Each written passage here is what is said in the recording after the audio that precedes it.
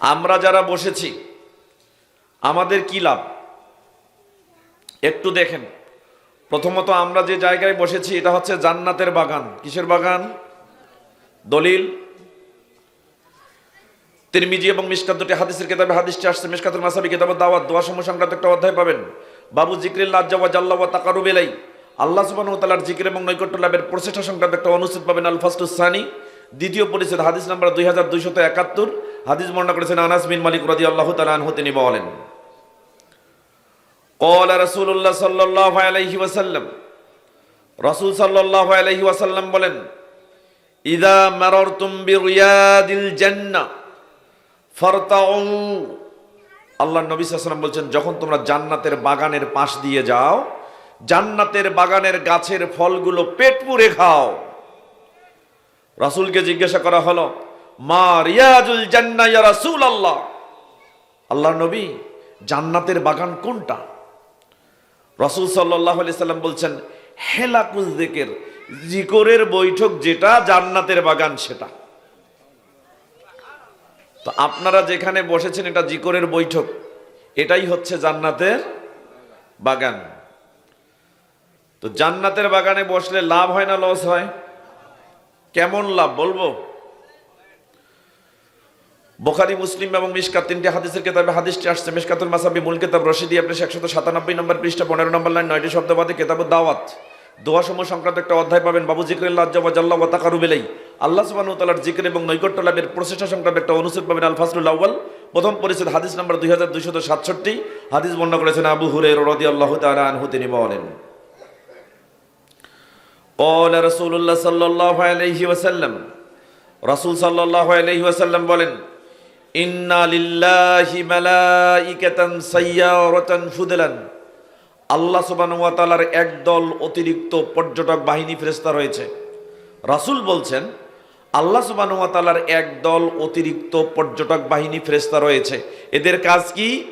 ইয়াবতাগুনা মাজালিসায যিকর, তারা পৃথিবীতে এরকম কোথায় জিকিরের বৈঠক বসেছে, ফেরেশতাদের কাজ হলো ওই জিকিরের বৈঠকগুলো খুঁজে খুঁজে বেড়ায়। সুবহানাল্লাহ বলবেন না? আপনাদেরকে কারা খুঁজতেছেন? কথা বলেন, কারা খুঁজতেছেন? ফেরেশতারা খুঁজতেছেন। এটা কি ভালো সংবাদ নয়? যারা রাস্তায় ঘুরছে, বাজার কিনছে, বাজার নেয়া দেয়া করছে, এদের সাথে ফেরেশতা নয়, এদেরকে খুঁজেও না। এরা মরলে কি বাঁচলে কি, কোথায় যায় যাক, কোনো আপত্তি নেই। রাসূল বলছেন, এরকম জিকিরের বৈঠকগুলোকে ফেরেশতারা খুঁজে খুঁজে বেড়ান। ফাইজা ওয়াজাদু মাজলিসান ফিহি যিকরুন, যখন ফেরেশতারা খুঁজতে খুঁজতে এরকম কোন জিকিরের বৈঠক পায় যেখানে আল্লাহর জিকির চলে, ক্বাদু মাআহুম, তখন বৈঠকে বসা লোকদের সাথে ফেরেশতারাও বসে যান।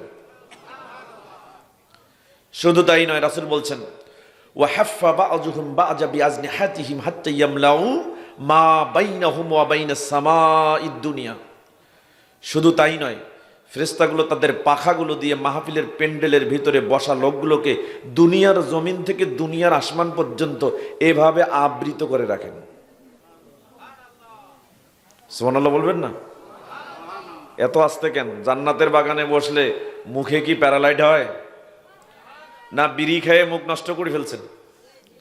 বিড়িটাই না একে মুখের জিহ্বা ভারী হয়ে গেছে, সুবহানাল্লাহ আর বের হয় না। বলেন একটা জোরে। সম্মানিত উপস্থিতি, রাসূল সাল্লাল্লাহু আলাইহি সাল্লাম বলেছেন, ফাইজা তাফাররাকু আরাজু ওয়াসাইদু ইলাস সামা, একটা সময় এই মাহফিল ভেঙে যাবে, আপনারাও বিচ্ছিন্ন হয়ে যে যার বাড়িতে উঠে চলে যাবেন। তখন ফেরেশতারাও তাদের দপ্তর গুটিয়ে উপরের দিকে উঠতে থাকবে, তারাও এখানে থাকবে না। তো যখন ফেরেশতারা এখান থেকে উঠে চলে যাবেন, এটা আল্লাহ জানে কি জানে না? জানেন। রাসূল বলছেন, ফায়াসালুহুমুল্লাহু ওয়া হুয়া আ'লামু মিন আইনা জিতুম, আল্লাহ সব থেকে বেশি জানেন ফেরেশতারা কোথা থেকে আসলো। তারপরও জিজ্ঞাসা করবে, মিন আইনা জিতুম, তোমরা কোথা থেকে আসলে? তখন ফেরেশতারা জবাব দেবে, জিইনা মিন ইনদি ইবাদিকা ফিল আরদ, প্রতিপালক, আমরা দুনিয়াতে মাটিতে বসা আপনার এমন কতগুলো বান্দার কাছ থেকে আসলাম। ইউসাব্বিহুনাকা ইউকাব্বিরুনাকা ইউহাল্লিলুনাকা ইউমাজ্জিদুনাকা ইউহাম্মিদুনাকা ওয়া ইয়াসালুনাকা, প্রতিপালক, আমরা দুনিয়াতে মাটিতে বসা আপনার এমন কতগুলো বান্দার কাছ থেকে আসলাম যারা মাটিতে বসে আপনার সুবহানাল্লাহ বলছে, আলহামদুলিল্লাহ বলছে, আল্লাহু আকবার বলছে, লা ইলাহা ইল্লাল্লাহ বলছে, আপনার প্রশংসা করছে, আপনার মর্যাদা বর্ণনা করছে এবং বসে বসে আপনার কাছে প্রার্থনা করছে, চাচ্ছে। তখন আল্লাহ বলবেন, মা যা ইয়াসআলুনি, ওরা ওখানে বসে আমার কাছে কি চায়, কি চান? এখানে বসে কি চান? শুধু জান্নাত চান? শুধু জান্নাত চান না আরো কিছু চান? দুনিয়াতে আপনার চাওয়ার নাই, ছেলেটার চাকরি নাই, চাকরি চান, মেয়েটার ভালো স্বামী নাই, চান, বাড়িতে অভাব অনটন, টাকা পয়সার দরকার, চান। এই মুহূর্তে এখানে বসে যা চাইবেন সব পূরণ করে দিবেন আল্লাহ। এইটা এই এলাকার মানুষ বুঝলো না। অনেক মানুষ হাঁটছে বাজারে কিন্তু বুঝে না এখানে বসে যা চাবেন তাই আল্লাহর কাছে পাবেন। তো ফেরেশতারা বলছে, ইয়াসআলুনাকা জান্নাতাকা, প্রতিপালক ওরা মাটিতে বসে আপনার কাছে আপনার জান্নাতটা চায়। তখন আল্লাহ বলবেন, হাল রাও জান্নাতি, ওরা যে আমার জান্নাত চায়, ওরা কি আমার জান্নাত দেখেছে? তখন ফেরেশতারা বলবে, লা আয় রব্বি, প্রতিপালক না, তারা আপনার জান্নাত দেখে নাই। তখন আল্লাহ বলবেন, ফাকাইফা লাউ রাও জান্নাতি, আচ্ছা কেমন হতো বলো তো যদি ওরা আমার জান্নাতটা দেখতো? তখন ফেরেশতারা বলবে, ইয়াস্তাজিরুনাকা, প্রতিপালক তারা আপনার কাছে আশ্রয় প্রার্থনা করেছে। তখন আল্লাহ বলবেন, মিম্মান ইয়াস্তাজিরুনি, কোন জিনিস থেকে তারা আশ্রয় চায়, কোন জিনিস থেকে বাঁচতে চায়? তখন ফেরেশতারা বলবে, মিন নারিকা, আপনার জাহান্নাম থেকে বাঁচতে চায়।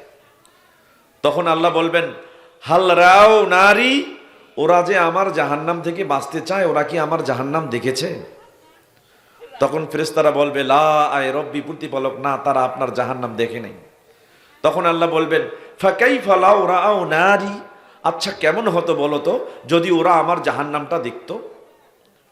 তখন ফেরেশতারা বলবে, ইয়াস্তাগফিরুনাকা, প্রতিপালক তারা আপনার জাহান্নাম দেখতে চায় না, আপনার কাছে ক্ষমা প্রার্থনা করেছে।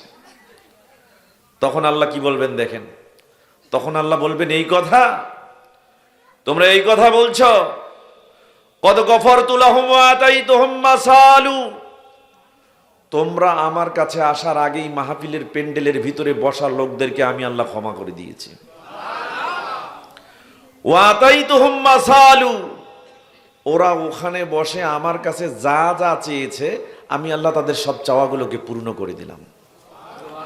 ওয়া আজারতুহুম মিম্মাস্তাজারু, এবং ওরা ওখানে বসে যে জাহান্নাম থেকে মুক্তি চেয়েছে আমি তাদেরকে ওই জাহান্নাম থেকে মুক্ত করে দিলাম। তখন ফেরেশতাদের মধ্য থেকে একজন বলবে, রব্বি ফিহিম ফুলানুন আবুদুন খুত্তাউন, প্রতিপালক ওখানে একজন লোক আছে পক্ষপাত দুষ্ট পাপী দোষী, ও মাহফিল শুনতে আসেনি, মাহফিলে বসতে আসেনি, জিকরের বৈঠকে বসতে আসেনি, ও বাজার ঘুরতে এসেছে, বাজার বেচতে এসেছে, বাজার দেখতে এসেছে, বাজার কিনতে এসেছে। ফাইন্নামা মাররা ফাজালাসা মাহুম, সে রাস্তা দিয়ে হাঁটছিল, পায়চারি করছিল, হঠাৎ ভাবলো লোকেরা বসে গেছে তা আমিও একটু বসি। প্রতিপালক ও যে দেখতে এসে বসে গেল, ঘুরতে এসে বসে গেল, কিনতে এসে বসে গেল, বেচতে এসে বসে গেল, আপনি কি ওকেও ক্ষমা করে দিলেন? তখন আল্লাহ বলবেন, ওয়ালাহু গফরতু, আমি ওকেও ক্ষমা করে দিলাম। পরের বাক্য আল্লাহ নবী মুহাম্মদ সাল্লাল্লাহু আলাইহি ওয়াসাল্লাম বলছেন, হুমুল কওমু লা ইয়াশকা বিহিম জালিসুহুম, এটা এমন একটা সম্প্রদায়ের বৈঠক, এটা এমন একটা জনগোষ্ঠীর বৈঠক, এর বসার সাথী যদি পক্ষপাত দুষ্ট হয়, পাপী হয়, দোষী হয়, তাকে হতাশ করা হয় না, নিরাশ করা হয় না, তাকেও মাফ করে দেয়া হয়। সম্মানিত উপস্থিতি, বলেন তো এবার আমাদের লাভ হয়েছে না লস? অনেক লাভ, তাই না? আমরা শেষ পর্যন্ত থাকবো তো? কিন্তু শয়তান ঘুরতেছে এখানে, এই যে একদিক দিয়ে লোক যাওয়া আসা করতেছে না, এই লোকদের সাথে শয়তান আছে। যখন দেখবেন কোনো মানুষ একা একা উঠে বাজারে চলে গেল বা বাড়িতে চলে গেল, বুঝবেন জিন শয়তানি ওকে পিন মেরেছে। আর যখন দেখবেন যে চলাচলকারী লোকগুলো কাউকে ইশারা ইঙ্গিতে এখান থেকে ডেকে নিয়ে গেল, তাহলে বুঝবেন মানুষ শয়তানের ওপরে ভর করেছে। কারণ শয়তান জিনেও আছে, মানুষেও আছে। আল্লাহ বলছেন মিনাল জিন্নাতি ওয়ান নাস, শয়তান জিনেও আছে মানুষেও আছে। তো যারা মাঝখান থেকে উঠে চলে যায় এরা কারা? এদের পরিচয় আল্লাহ সুবহানাহু ওয়া তাআলা দিয়েছেন। কোথায় পাবেন? মুসনাদে আহমদ এবং মিশকাতুল মাসাবি কিতাবুদ দাওয়াত, দোয়া সমূহ সংক্রান্ত একটা অধ্যায় রয়েছে। বাবু জিকরিল্লাহ আজ্জা ওয়া জাল্লা ওয়া তাকারুব ইলাইহি, আল্লাহ সুবহানাহু ওয়া তাআলার জিকির এবং নৈকট্য লাভের প্রচেষ্টা সংক্রান্ত একটা অনুচ্ছেদ রয়েছে। আল ফাসলুস সালিস, তৃতীয় পরিচ্ছেদের 2273 নম্বর হাদিস। আবু হুরায়রা রাদিয়াল্লাহু তাআলা আনহু থেকে বর্ণিত, তিনি বলেন রাসূল সাল্লাল্লাহু আলাইহি ওয়াসাল্লাম বলেছেন, মা মিন কওমিন ইয়াকুমুনা মিন মাজলিসিন ওয়া লা ইয়াযকুরুনাল্লাহা আযজা ওয়া জাল, যখন কোনো সম্প্রদায় নির্দিষ্ট একটি স্থানে বসে, নির্দিষ্ট জায়গায় বসে, আল্লাহর জিকির করার কথা কিন্তু জিকির শেষ না করেই মাঝখান থেকে উঠে চলে যায়, রাসূল সাল্লাল্লাহু আলাইহি সাল্লাম বলেছেন, ইল্লা কামু আন মিসলি জিফাতি হিমারিন, সে ব্যক্তি যেন মরা গাধার পচা গোশত খেয়ে চলে গেল। বলেন এখন মরা গাধার পচা গোশত কে কে খেতে চান? একটু হাত তুলে দেখান তো, কে কে খেতে চান? কেউ নাই? আল্লাহ কবুল করুন, বলুন আমিন। যদি শেষ পর্যন্ত থাকতে পারেন, শেষ পর্যন্ত থেকে যদি উঠে চলে যান, তাহলে কি লাভ বলবো? সহিহ জামিউস সাগীর নামে একটা হাদিসের কিতাব আছে। ফসলে মা শব্দের ফসলে হাদিস আছে 5609, 5610। প্রথম হাদিস বর্ণনা করেছেন সাহাল ইবনে হানজালা রাদিয়াল্লাহু তাআলা আনহু, দ্বিতীয় হাদিস বর্ণনা করেছেন আনাস বিন মালিক রাদিয়াল্লাহু তাআলা আনহু। তারা দুজনেই বলেন রাসূল সাল্লাল্লাহু আলাইহি ওয়াসাল্লাম বলেছেন, মা মিন কওমিন ইয়াযকুরুনাল্লাহা আযজা ওয়া জাল, যখন কোনো সম্প্রদায়, কোনো জনগোষ্ঠী, কোনো কমিউনিটি কোনো নির্দিষ্ট একটা জায়গায় বসে আল্লাহর জিকির করে, এরপর জিকির শেষ করে যখন উঠে চলে যাবে, তখন ইল্লা নাদাহুম মুনাদিম মিনাস সামা, আসমান থেকে একজন ঘোষক দুনিয়াতে নামে, ফেরেশতা দুনিয়াতে নামে, নেমে বলতে থাকে, কুমু, ওঠো ওঠো, চলে যাও চলে যাও, শুনে যাও, মাগফুরান লাকুম, আল্লাহ তোমাদেরকে ক্ষমা করে দিয়েছেন। শুধু তাই নয়, রাসূল বলেছেন, ওয়া বুদ্দিলাত সাইয়্যাতুকুমুল হাসানাত, তোমরা বাড়ি থেকে যে গোনা নিয়ে এখানে এসেছো, সেই গোনাগুলোকে আল্লাহ নেকি দিয়ে বদল করে দিয়েছে। তাহলে শেষ পর্যন্ত থাকতে পারবো তো ইনশাআল্লাহ? আল্লাহ আমাদের কবুল করুন, বলুন আমিন। সম্মানিত উপস্থিতি, সময় খুবই কম। মাহফিল হচ্ছে 31শে ডিসেম্বর 2025 বুধবার, 12টায় 1 যখন বাজবে তখন হবে বৃহস্পতিবার 1 জানুয়ারি 2026। তাহলে এই বছরের যে সময়ের যে দিনে মাহফিল, সেখান থেকে মাত্র 30 মিনিট সময় আছে। কারণ এই 30 মিনিট সময় আপনাদেরকে নির্দিষ্ট একটা বিষয়ে যদি কথা বলি, তাও বোধহয় বলা সম্ভব নয়। এই জন্য আমি খণ্ড খণ্ড কিছু উপদেশ আপনাদেরকে শোনানোর চেষ্টা করব, একটু ভালো করে বোঝার চেষ্টা করবেন। এখানে কি মহিলা মা বোনরা আছে? কোথায় আছে? নির্দিষ্ট প্যান্ডেল আছে ওদের জন্য? আচ্ছা, মাশাআল্লাহ। শোনেন, আল্লাহ সুবহানাহু ওয়া তাআলা বলেছেন, আজকে আপনারা এখানে উপদেশ শোনার জন্য আসছেন, যে কথাগুলো শুনছেন এটা যতটুকু রিজেকে আছে ততটুকু পাবেন। এই এলাকায় কি মানুষ কম আছে আপনাদের চাইতে, না আরো বেশি আছে? বেশি আছে। সব মানুষ কি এখানে আসতে পেরেছে? পারে নাই। যদি আসতো, এরকম আরো 10টা জায়গাও দেওয়া যেত না। কিন্তু আসলো না কেন? তাদের রিজেকে আজকের এলেম বা জ্ঞান নাই। এই জন্য কদিমান কল আল মুহাদ্দিসুনা, আমাদের মুহাদ্দিসগণ পূর্ব থেকে এই কথা বলছেন, আল ইলমু রিজকুন, জ্ঞান হচ্ছে রিজেক। জ্ঞান কি? রিজেক। ওয়াসসামাউ রিজকুন, এই যে আমি বলছি আপনারা শুনছেন, এটাও আল্লাহর দেওয়া রিজেক। অনেকের কান আছে, শুনতে পারে না, তার মানে কি? ওর রিজেকে শ্রবণ করা নেই। 2,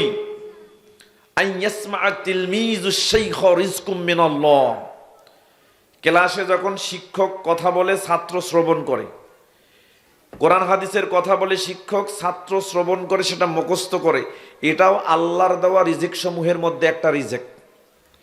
সুতরাং এই গ্রামবাসী, এই এলাকা, পুরা বাঞ্চারাম মণ্ডলপাড়া, এমনকি গোটা কুড়িগ্রাম যদি বলে আজকে এখানে শুনতে আসবো, আর আল্লাহ যদি রিজেকে না লেখে, রিজেকে না রাখে, তাহলে আজকের কথা তাদের কর্ণে পৌঁছাবে না। সম্মানিত উপস্থিতি, এই জন্য রিজেক বুঝতে হবে। রিজেক আমরা বুঝি না, রিজেক দেন কে? তাহলে আজকের জ্ঞানটা শ্রবণ করানোর জন্য ক্ষমতা দিবেন কে? আল্লাহ। এই ছোট বাচ্চারা কথা বলা যাবে না, একদম চুপ। তাহলে রিজেক আসে কার পক্ষ থেকে? আর আমরা রিজেকের জন্য নিজেকেই বাহবা দিই, মনে করি আমার রিজেকের জন্য আমি নিজেই যথেষ্ট।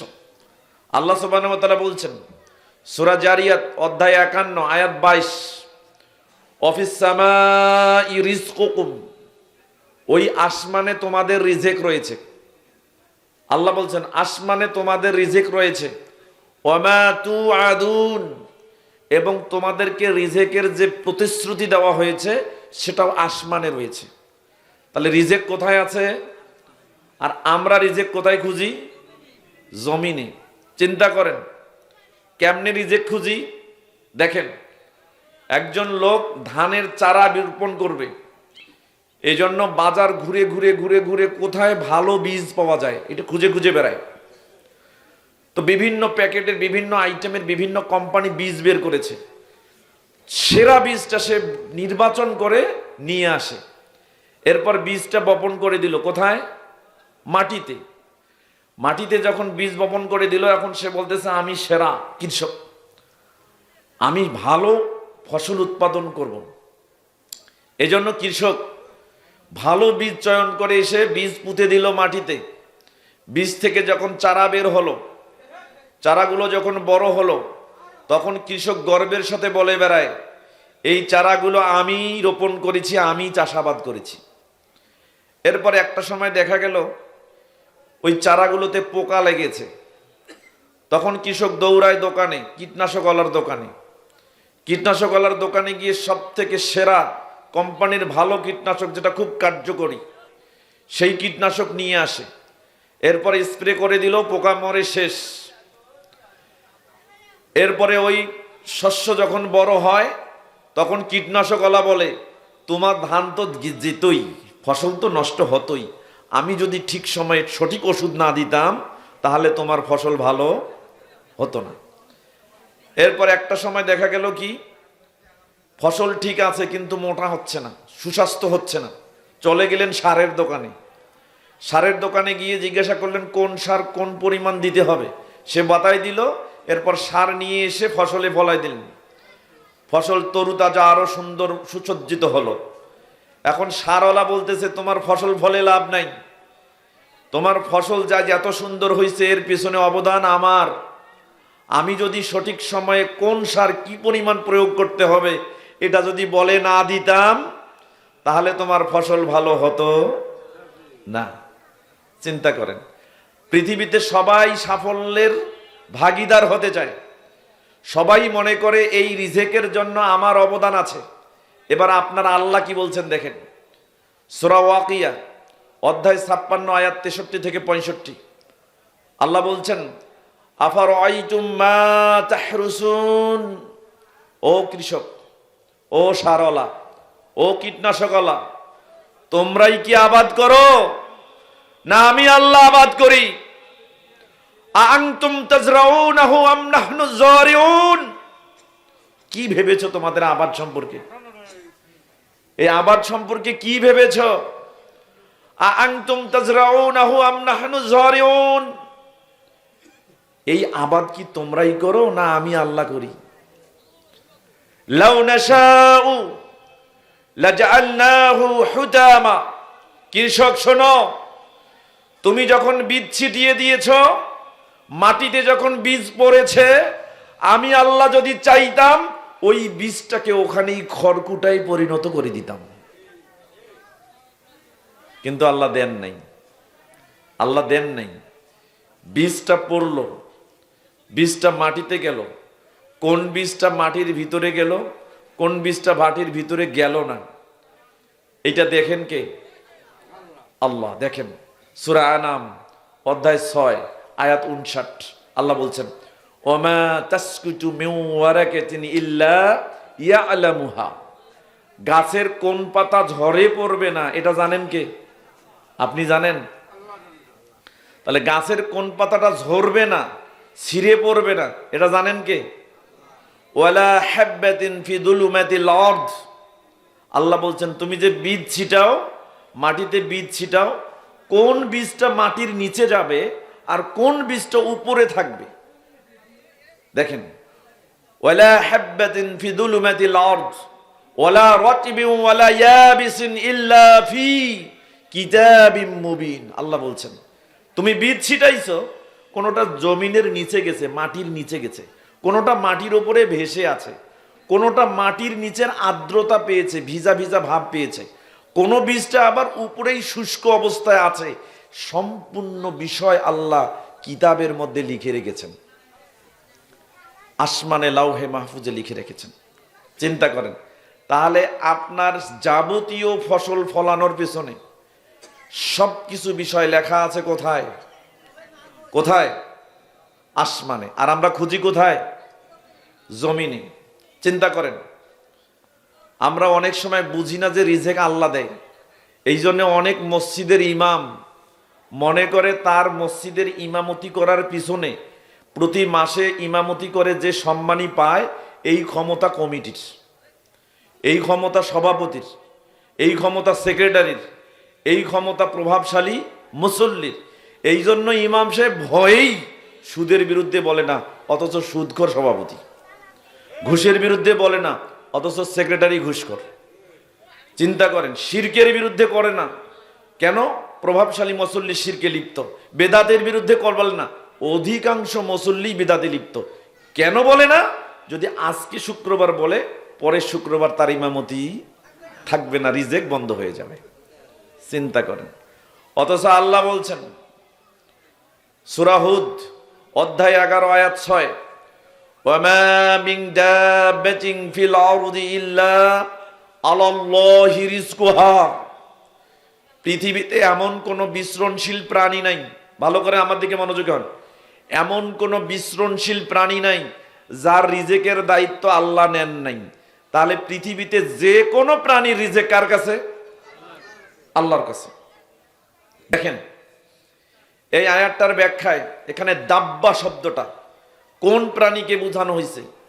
দাব্বা শব্দের অর্থ আসছে তাফসিরে বাগাবী 2 নম্বর খণ্ডের 374 নম্বর পৃষ্ঠা, 11 নম্বর সূরা হুদের 6 নম্বর আয়াতের ব্যাখ্যায় এখানে বলেছে আদ-দাব্বাতু কুল্লু হাইওয়ানিন ইয়াদিব্বু। দাব্বা বলা হয় ওই সকল প্রাণীকে যে প্রাণীটা একটু নড়াচড়া করতে পারে, বিচরণ করতে পারে, তাকে বলা হয় দাব্বা। চিন্তা করেন, পৃথিবীতে কত হাজার প্রাণী আছে জানেন? কত হাজার প্রাণী আছে জানেন? জানেন না। অসংখ্য প্রাণী আছে, কিন্তু আমরা মাঝে মাঝে বলি 18,000 মাখলুকাত, বলি না? এটা ভুল, মিথ্যা কথা। সমুদ্রের পানির 3টা স্তরের মধ্যে 2 নম্বর স্তরে এ পর্যন্ত বিজ্ঞান গবেষণা করে 30,000 প্রজাতির উদ্ভিদের সন্ধান পেয়েছে। এখনো বিজ্ঞান সমুদ্রের ভিতরে প্রবেশ করতে পারেনি, গভীরতায় প্রবেশ করতে পারেনি। যতটুকু প্রবেশ করেছে এখন পর্যন্ত সমুদ্রের গভীরতায় যে স্থান পর্যন্ত প্রবেশ করেছে তাতে 19,000 প্রজাতির প্রাণীর অনুসন্ধান পেয়েছে। তাহলে সমুদ্রের পানির 2টা স্তরেই 30 আর 19 কত হয়? কত? 49,000। 2 স্তরেই যদি 49,000 প্রজাতির উদ্ভিদ এবং প্রাণীর সন্ধান পাওয়া যায়, তাহলে গোটা পৃথিবীতে কত হাজার মাখলুকাত আছে? হিসাব করছেন? দেখেন একটা ছোট্ট পরিসংখ্যান দেই। প্রতিদিন একটা সূরা পড়ি, সূরাতুল ফাতিহার 1 নম্বর আয়াত বলেন তো, আলহামদুলিল্লাহি রাব্বিল আলামিন। এই যে আলামিন শব্দটা বলেন না, আলামিন শব্দটা হচ্ছে বহুবচন। এক বচনে হলো আলাম, আলাম মানে হচ্ছে জগৎ, আর আলামিন মানে অনেকগুলা জগৎ। কতগুলা জগৎ? এই আয়াতের ব্যাখ্যায় ইমাম কুরতুবী রাহিমাহুল্লাহ আল জামি লি আহকামিল কোরআন 1 নম্বর খণ্ড 214 নম্বর পৃষ্ঠা 1 নম্বর সূরা সূরাতুল ফাতিহার 1 নম্বর আয়াত আলহামদুলিল্লাহি রাব্বিল আলামিনের সর্বশেষ শব্দ আলামিনের ব্যাখ্যায় ওহাব ইবনে মুনাব্বার রাহিমাহুল্লাহ তিনি বলছেন, আল্লাহ সুবহানাহু ওয়া তাআলার 18,000 জগৎ রয়েছে, তন্মধ্যে পৃথিবী একটা জগৎ। চিন্তা করেন, আবু সাঈদ আল খুদরি রাদিয়াল্লাহু তাআলা আনহু তিনি বলছেন, আল্লাহ সুবহানাহু ওয়া তাআলার 40,000 জগৎ রয়েছে, তন্মধ্যে পৃথিবী একটা জগৎ। তাহলে পৃথিবীর মতো একটা জগতের সমুদ্রের পানির 2টা স্তরে যদি 49,000 প্রজাতির উদ্ভিদ এবং প্রাণীর সন্ধান পাওয়া যায়, তাহলে 40,000 জগতে কত হাজার কত কোটি মাখলুকাত আছে। চিন্তা করেন। সূরা নাহল অধ্যায় 16 আয়াত 18 আল্লাহ সুবহানাহু ওয়া তাআলা বলছেন যে যদি তোমরা আল্লাহর নিয়ামত গুনতে শুরু করো, ওয়াইন তাউদ্দু নি'মাতাল্লাহি লা তুহসুহা, যদি আল্লাহর নিয়ামত গুনতে শুরু করো, আল্লাহর নিয়ামত গুণে শেষ করা যাবে না। তাহলে এই পৃথিবীতে যত প্রাণী আছে, এই প্রাণীর রিজেক কার কাছে? আল্লাহর কাছে।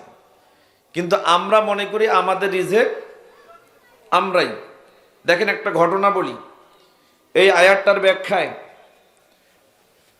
তারিখে দেমাস্ক 12 নম্বর খণ্ডের 66 নম্বর পৃষ্ঠা, ইমাম কুরতুবী আল জামিল আহকামিল কোরআন 11 নম্বর খণ্ডের 72 নম্বর পৃষ্ঠা, পবিত্র কোরআনুল কারীমের 11 নম্বর সূরা হুদের 6 নম্বর আয়াতের ব্যাখ্যা একটা ঘটনা নিয়ে এসেছেন। একজন ব্যক্তির নাম হলো আবু উসাইদ। আবু উসাইদ একজন ভালো পরহেজগার মুত্তাকি লোক ছিল। এনার কাজ কি? ইনি বাড়িতে নফল সালাত আদায় করতেন আর মসজিদে গিয়ে ফরজ সালাত আদায় করতেন। নফল আর ফরজ, নফল আর ফরজ। এই লোকটা কি খাইতেন কেউ জানতো না। সবাই শুধু দেখতো যে মসজিদ থেকে বাড়িতে যায়, বাড়ি থেকে মসজিদে যায়, সালাত আদায় করা দেখি, কোনো কাজ করা দেখি না। তো লোকটা খায় কি? তো একদিন সবাই মিলে গিয়ে জিজ্ঞাসা করছে, ও আবু সাইদ, তুমি কি খাও, কিভাবে খাও, আমাদেরকে বলো। এবার আবু সাইদ জবাব দিচ্ছে। তাদের প্রশ্ন শুনে আশ্চর্য হয়ে বললেন, সুবহানাল্লাহ, আল্লাহু আকবার, লা ইলাহা ইল্লাল্লাহ, ইন্নাল্লাহা ইয়ারযুকুল কালবা ওয়াস সা'লাবা ওয়াজ জিবদা ওয়াল দুদা ওয়াল হাশারা ওয়াল খুরতুনা আফালা ইয়ারযুকু আবা উসাইদ। বলছে, ও পৃথিবীর মানুষ শুনে, এই পৃথিবীতে একটা কুকুর ঘুরে বেড়ায়, ও কি খাবে পৃথিবীর কোনো মানুষ চিন্তা করেনি। একটা শিয়াল জঙ্গলে ঘোরে, কি খাবে পৃথিবীর কোনো মানুষ চিন্তা করে নাই। একটা ব্যাঙ কি খাবে পৃথিবীর কোনো মানুষ চিন্তা করে নাই। ওয়াল খুরতুন, মাটির নিচে যে কেঁচো থাকে, চেরা কেঁচো থাকে, এই কেঁচো কি খাবে পৃথিবীর কোনো মানুষ চিন্তা করে নাই। ওয়াল দুদ ওয়াল হাসারা, ছোট্ট ছোট্ট কীট পতঙ্গগুলো কি খাবে এটা পৃথিবীর কোনো মানুষ চিন্তা করে নাই। তাদেরকে যদি আল্লাহ রিজেক দেয়, আফালা ইয়ারযুকু আবা উসাইদ, তাহলে আমার মতো আবু উসাইদকে কেন আল্লাহ রিজেক দিবেন না? চিন্তা করেন। তাহলে রিজেক সম্পূর্ণটাই আসে কার পক্ষ থেকে? আল্লাহর পক্ষ থেকে। এই জন্য রিজেক তালাশ করতে হবে কার কাছে? আর আমরা তালাশ করি কার কাছে? মানুষের কাছে। চিন্তা করেন, সূরা আনকাবুত অধ্যায় 29 আয়াত 17 আল্লাহ সুবহানাহু ওয়া তাআলা বলছেন, ফাবতাগু ইনদাল্লাহির রিজকা ওয়া'বুদুহু, তোমরা রিজেক তালাশ করো আল্লাহর কাছে এবং তারই দাসত্ব করো। পৃথিবীর কারো দাসত্ব করা যাবে না, দাসত্ব করতে হবে একমাত্র আল্লাহর। আল্লাহই আপনাকে রিজেক দিবেন। সম্মানিত উপস্থিতি, তাহলে আজকের এই কথা থেকে আমরা বুঝলাম রিজেক কার পক্ষ থেকে আসে। তাহলে রিজেক তালাশ করব কার কাছে? তাহলে পৃথিবীর অন্য কোনো মাধ্যমে রিজেক তালাশ করলে সেটা কি হবে? শিরক হবে। কি হবে? শিরক। সম্মানিত উপস্থিতি, এবার আসেন শিরক নিয়ে কথা বলি। আল্লাহ সুবহানাহু ওয়া তাআলা বলছেন, আপনারা সবাই কি ঈমানদার? সবাই মুমিন? সবার ঈমান আছে? একটু ভালো করে শুনুন। বাচ্চাগুলো কথা বলছে, একটু থামাই দেন, ঠিক আছে? আমার কথাগুলো কি আপনারা বুঝতে পারতেছেন? খারাপ লাগতেছে? সম্মানিত উপস্থিতি, শিরক কি জিনিস বলি। সূরা আনআম অধ্যায় 6 আয়াত 82 আল্লাহ সুবহানাহু ওয়া তাআলা বলছেন, আল্লাযীনা আমানু ওয়া লাম ইয়ালবিসু ঈমানাহুম বিযুলমিন উলাইকা লাহুমুল আমনু ওয়া হুম মুহতাদুন। আল্লাহ বলছেন, যারা ঈমানদার তারা তাদের ঈমানের সাথে জুলুমকে একসাথে করে নাই। যে সমস্ত ঈমানদার তাদের ঈমানের সাথে জুলুমকে একত্রিত করে নাই, তাদের জন্যই রয়েছে নিরাপত্তা এবং তারাই আল্লাহর দেখানো পথেই রয়েছে। একটু ভালো করে বোঝেন, পৃথিবীতে এরকম কোন ঈমানদার পাবেন আপাতত দৃষ্টিতে শব্দের অনুবাদ বুঝে আপনি এটা বুঝে ফেলতে পারেন এমন কোন ঈমানদার আছে যে জুলুম করে না? আছে? চিন্তা করেন, আমরা কোনো না কোনো ভাবে কোনো না কোনো জুলুমের সাথে সম্পৃক্ত। যখন এই আয়াতটা অবতীর্ণ হলো, সাহাবায়ে কেরামই বুঝতে পারেন নাই, আপনি বুঝবেন কেমনে? দেখেন, এই আয়াত যখন নাজিল হলো, সাহাবেদের কাছে এই আয়াতটা খুব ভারী মনে হলো, শক্ত মনে হলো। হাদিসটা আসছে সহিহ বুখারীতে, কিতাবুত তাফসীর, ব্যাখ্যা বিশ্লেষণ করা সংক্রান্ত একটা অধ্যায়, বাবু কওলিহি তাআলা, সূরাতুল লুকমানের 12 থেকে 18 নম্বর আয়াতের ব্যাখ্যা সম্পৃক্ত একটা অনুচ্ছেদ রয়েছে, 3429 নম্বর হাদিস। এই হাদিসটা আবার কিতাবু আহাদিসুল আম্বিয়া, নবীগণের হাদিস সমূহ সংক্রান্ত একটা অধ্যায় রয়েছে, 4776 নম্বর হাদিস। রাসূল সাল্লাল্লাহু আলাইহি সাল্লামের এই হাদিসটি আব্দুল্লাহ ইবনে মাসউদ রাদিয়াল্লাহু তাআলা আনহু থেকে বর্ণিত। তিনি বলেন, রাসূল সাল্লাল্লাহু আলাইহি ওয়াসাল্লাম বলেছেন, পিছনে ছেলেগুলা কথা বলতেছে, ওদেরকে একজন গিয়ে হয় এখানে চুপ করতে বলেন, নাইলে এখান থেকে সরায় দেন। যুবক, আজকে 31st নাইট পালন করার জন্য রেডি হইছো, শোনো, তুমি রেকলেস, বেপরোয়া, তুমি উইল্ড, বন্য, মনে রেখো, তোমার যৌবনের মেয়াদ সামান্য সময় 15 বছর। আজকে তোমার বয়স 25, 15 বছর পরে তোমার বয়স হবে 40। তখন তুমি আর যুবক থাকবে না। তোমার এই দীপ্ত সময় কেটে যাবে, কোন দিক দিয়ে কেটে যাবে তুমি নিজেও বুঝতে পারবে না। মনে রাখো, আজকে তুমি বেপরোয়া হয়েছ, যৌবনকে সামনে নিয়ে তুমি রেকলেস হয়েছ, তুমি প্রবৃত্তির ঘোড়া ছুটিয়েছ, কিন্তু যৌবন তোমার কোন দিক দিয়ে খসে পড়ে যাবে, বার্ধক্য এসে যাবে, রাতের পাশে দিন আলোকিত হবে, কালো চুল সাদা হয়ে যাবে, তুমি নিজেও বুঝতে পারবে না। বয়স 25, মাত্র 25 বছর, এতটা রেকলেস, এতটা বেপরোয়া। শেক্সপিয়ার একটা কবিতা লিখেছিলেন, ইংলিশ কবি Shakespeare, craft age and youth. এর একটা লাইনে উনি বলেছিলেন, ইউথ ইজ উইল্ড, যৌবন হচ্ছে ক্ষিপ্র গতি সম্পূর্ণ বন্য।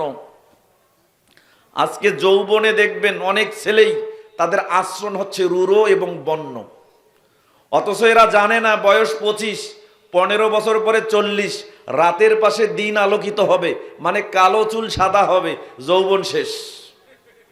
কথা কি বুঝতে পারছেন? এই 25 বছরের ছেলেটা 20 বছরের একটা মেয়ের সাথে প্রেম করে, সারাদিন চেটিং করে ডেটিং করার জন্য। 31st নাইট, 14ই ফেব্রুয়ারি, কোথায় ডেটিং করবে, সারাদিন রাত ঠিক করে। মনে রেখো, তোমার বয়স 25, আজকে অন্যের 20 বছরের 16 বছরের মেয়েকে তুমি প্রেমের ফাঁদে ফেলিয়ে মেসেঞ্জারে চেটিং করে তার নগ্ন ছবি তোমার মেসেঞ্জারে নিয়েছ।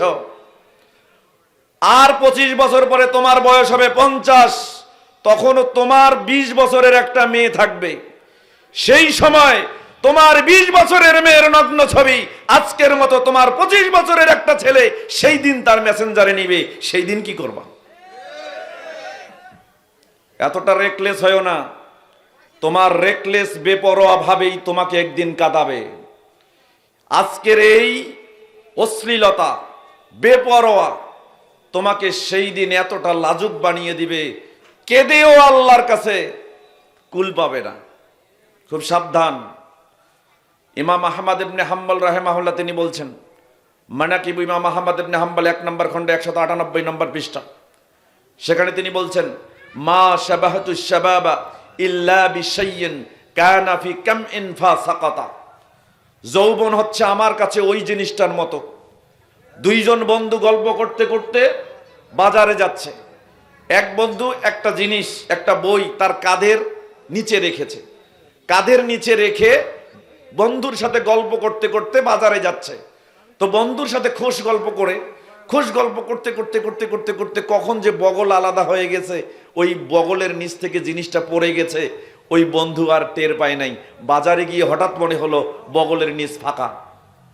চিন্তা করেন, তিনি বলছেন যৌবন হচ্ছে তোমার জীবনে এরকম, যৌবন তোমার জীবনে এরকম। বগলের নিচে রাখা জিনিসটা রেখে বন্ধুর সাথে খোশ গল্প করতে করতে কখন বগল আলাদা হয়ে গেছে, জিনিস পড়ে গেছে, বুঝতে পারো নাই। তোমার জীবনে যৌবন এভাবে এসে এভাবেই চলে যাবে, তুমি নিজেও বুঝতে পারবে না। অতএব যৌবনের এই গরম থামাও, এই হটনেস থামাও, এই রেকলেস বেপরোয়া ভাব থামাও। যদি থামাতে না পারো, এই যৌবনের হিসাব দিতেই কাল কিয়ামতের দিন জাহান্নামের জন্য যাওয়ার যথেষ্ট হয়ে যাবে। সম্মানিত উপস্থিতি, আবু তামামের একটি কবিতার লাইন আপনাদেরকে শোনাই, একটু মনোযোগ দিয়ে শোনেন। নুজহাতুল আবসারের 17 নম্বর পৃষ্ঠার মধ্যে উল্লেখ করা হয়েছে। তিনি বলছেন, জয়ফুন জারানা কামা ইনদানা কলিলা সাওয়াদা সুহফা বিজুনুবে ওয়াওয়ালা। যৌবন কাল হচ্ছে অতিথি মেহমানের মতো। যে মেহমান, যে অতিথি আপনার বাড়িতে আসে, আপনার বাড়িতে খায়, আপনার বিছানায় ঘুমায়, আপনার বাথরুম নষ্ট করে দিয়ে সামান্য সময়ের জন্য থেকে চলে যায়, ঠিক তেমনি যৌবন আপনার জীবনে আসবে সামান্য সময়ের জন্য। আপনার জীবনে এসে আপনার আমল নামাকে কালো করে দিয়ে, নষ্ট করে দিয়ে, পাপে পঙ্কিলতায় ভরিয়ে দিয়ে কখন যৌবন চলে যাবে নিজেও বুঝতে পারবে না। অতএব খুব সাবধান। যৌবনের হিসাব কাল কিয়ামতের দিন আল্লাহর সামনে না দিয়ে এক পা সামনে অগ্রসর হওয়ার কোনো সুযোগ নেই। হাদিস দেখেন স্পষ্ট, তিরমিজি নামে একটা হাদিসের কিতাবু সিফাতুল কিয়ামা ওয়ার রাকাইক, 2416 নম্বর হাদিস। আব্দুল্লাহ ইবনে আব্বাস রাদিয়াল্লাহু তাআলা আনহু থেকে বর্ণিত, তিনি বলেন, রাসূল সাল্লাল্লাহু আলাইহি ওয়াসাল্লাম বলেছেন, লা তাজুলু কদামা ইবনে আদম ইয়াউমাল কিয়ামাতি ইনদা রাব্বি হাত্তা ইউসালা আন খামসিন। কাল কিয়ামতের দিন একজন ব্যক্তি তার রবের সামনে থেকে 5টা প্রশ্নের উত্তর না দিয়ে এক চুল সামনে অগ্রসর হতে পারবে না। এর মধ্যে একটা প্রশ্ন দেখেন, এই ছেলে রেকলেস বেপরোয়া, শোনো, সেই দিন আল্লাহ সুবহানাহু ওয়া তাআলার সামনে আন শাবাবিহি ফিমা আফনাহু, তোমার যৌবনকাল সম্পর্কে তোমাকে জিজ্ঞাসিত করা হবে, তুমি যৌবনটাকে কোন কাজে ক্ষয় করেছো, কোন কাজে ব্যয় করেছো। এটার উত্তর না দিয়ে সামনে এক চুল পরিমাণ আগাতে পারবে না। আজকে অন্যের মেয়ের নগ্ন ছবি তোমার মোবাইলে নাও, অন্যের মেয়ের নগ্ন ছবি তোমার মেসেঞ্জারে নাও, সেই ছবি ডাউনলোড করে বাথরুমে গিয়ে মাস্টারবেট করে বীর্যস্খলন করো। যুবক, তোমাকেই বলছি, শোনো, তোমার বোনকে সামনে রেখে নগ্ন অবস্থায় অন্য একটা ছেলে যদি মাস্টারবেট করে, তোমার কেমন লাগবে? খারাপ লাগবে না? তাহলে তুমি অন্যের বোন নগ্ন ছবি তোমার মেলে নিলে কেন, তোমার মোবাইলে নিলে কেন? জেনে রেখো, আজকে অন্যের মেয়ের নগ্ন ছবি দেখে মাস্টারবেট করছো বাথরুমে, তুমি কি এতটুকু করতে পারবা তোমার বাপকে সামনে দাঁড় করে রেখে মাস্টারবেট করতে, তোমার মাকে সামনে দাঁড় করে রেখে মাস্টারবেট করতে, তোমার বোনকে সামনে দাঁড়িয়ে রেখে মাস্টারবেট করতে? তুমি এলাকাবাসীর সামনে, সবার সামনে উন্মুক্ত অবস্থায় নগ্ন হয়ে মাস্টারবেট করতে পারবে? পারবে না। লজ্জা লাগবে, খারাপ লাগবে, ভয় লাগবে। তাহলে তুমি বাথরুমে করো কেন, ঘরের ভিতরে কেন? 1450 বছর আগে তোমার নবী মুহাম্মদুর রাসূলুল্লাহ সাল্লাল্লাহু আলাইহি ওয়াসাল্লাম বলেছেন, সিলসিলা হাদিসের সহিহা নামে একটা হাদিসের কিতাব আছে, 1055 নম্বর হাদিস। ওয়াকাল আলবানী রাহিমাহুল্লাহ হাযা হাদিসুন ওয়া সানাদুহু সহিহুন, হাদিসটি এবং তার সনদ সহিহ। উসামা ইবনে শারিক রাদিয়াল্লাহু তাআলা আনহু থেকে বর্ণিত, তিনি বলেন, রাসূল সাল্লাল্লাহু আলাইহি ওয়াসাল্লাম বলেছেন, মা কারিহতা ইয়ারাহুন নাস ফালা তাফআলহু ইজা খালাউতা। ও যুবক, শুনে রেখো, যে কাজটা তুমি তোমার অন্যের সামনে করতে পারো না, যে কাজটা তোমার বাবার সামনে করতে পারো না, যে কাজটা তোমার মায়ের সামনে করতে পারো না, যে কাজটা তোমার বোনের সামনে করতে পারো না, যে কাজটা তোমার ভাইয়ের সামনে করতে পারো না, যে কাজটা অন্যের সামনে করলে তোমার লজ্জা লাগে, যে কাজটা অন্যের সামনে করলে তোমার ভয় লাগে, ইজ্জত যাওয়ার ভয় থাকে, তোমার নবী বলেছেন সেই কাজটা তুমি ঘরের ভিতরে, বাথরুমের ভিতরে, নির্জনে, নিরালয়ও করতে পারবে না। কেন করছো? কেন করছো? কেন এত বেপরোয়া হলে? যুবক, ওই দিনকে ভয় করো, ওই দিনকে ভয় করো। কোন দিন?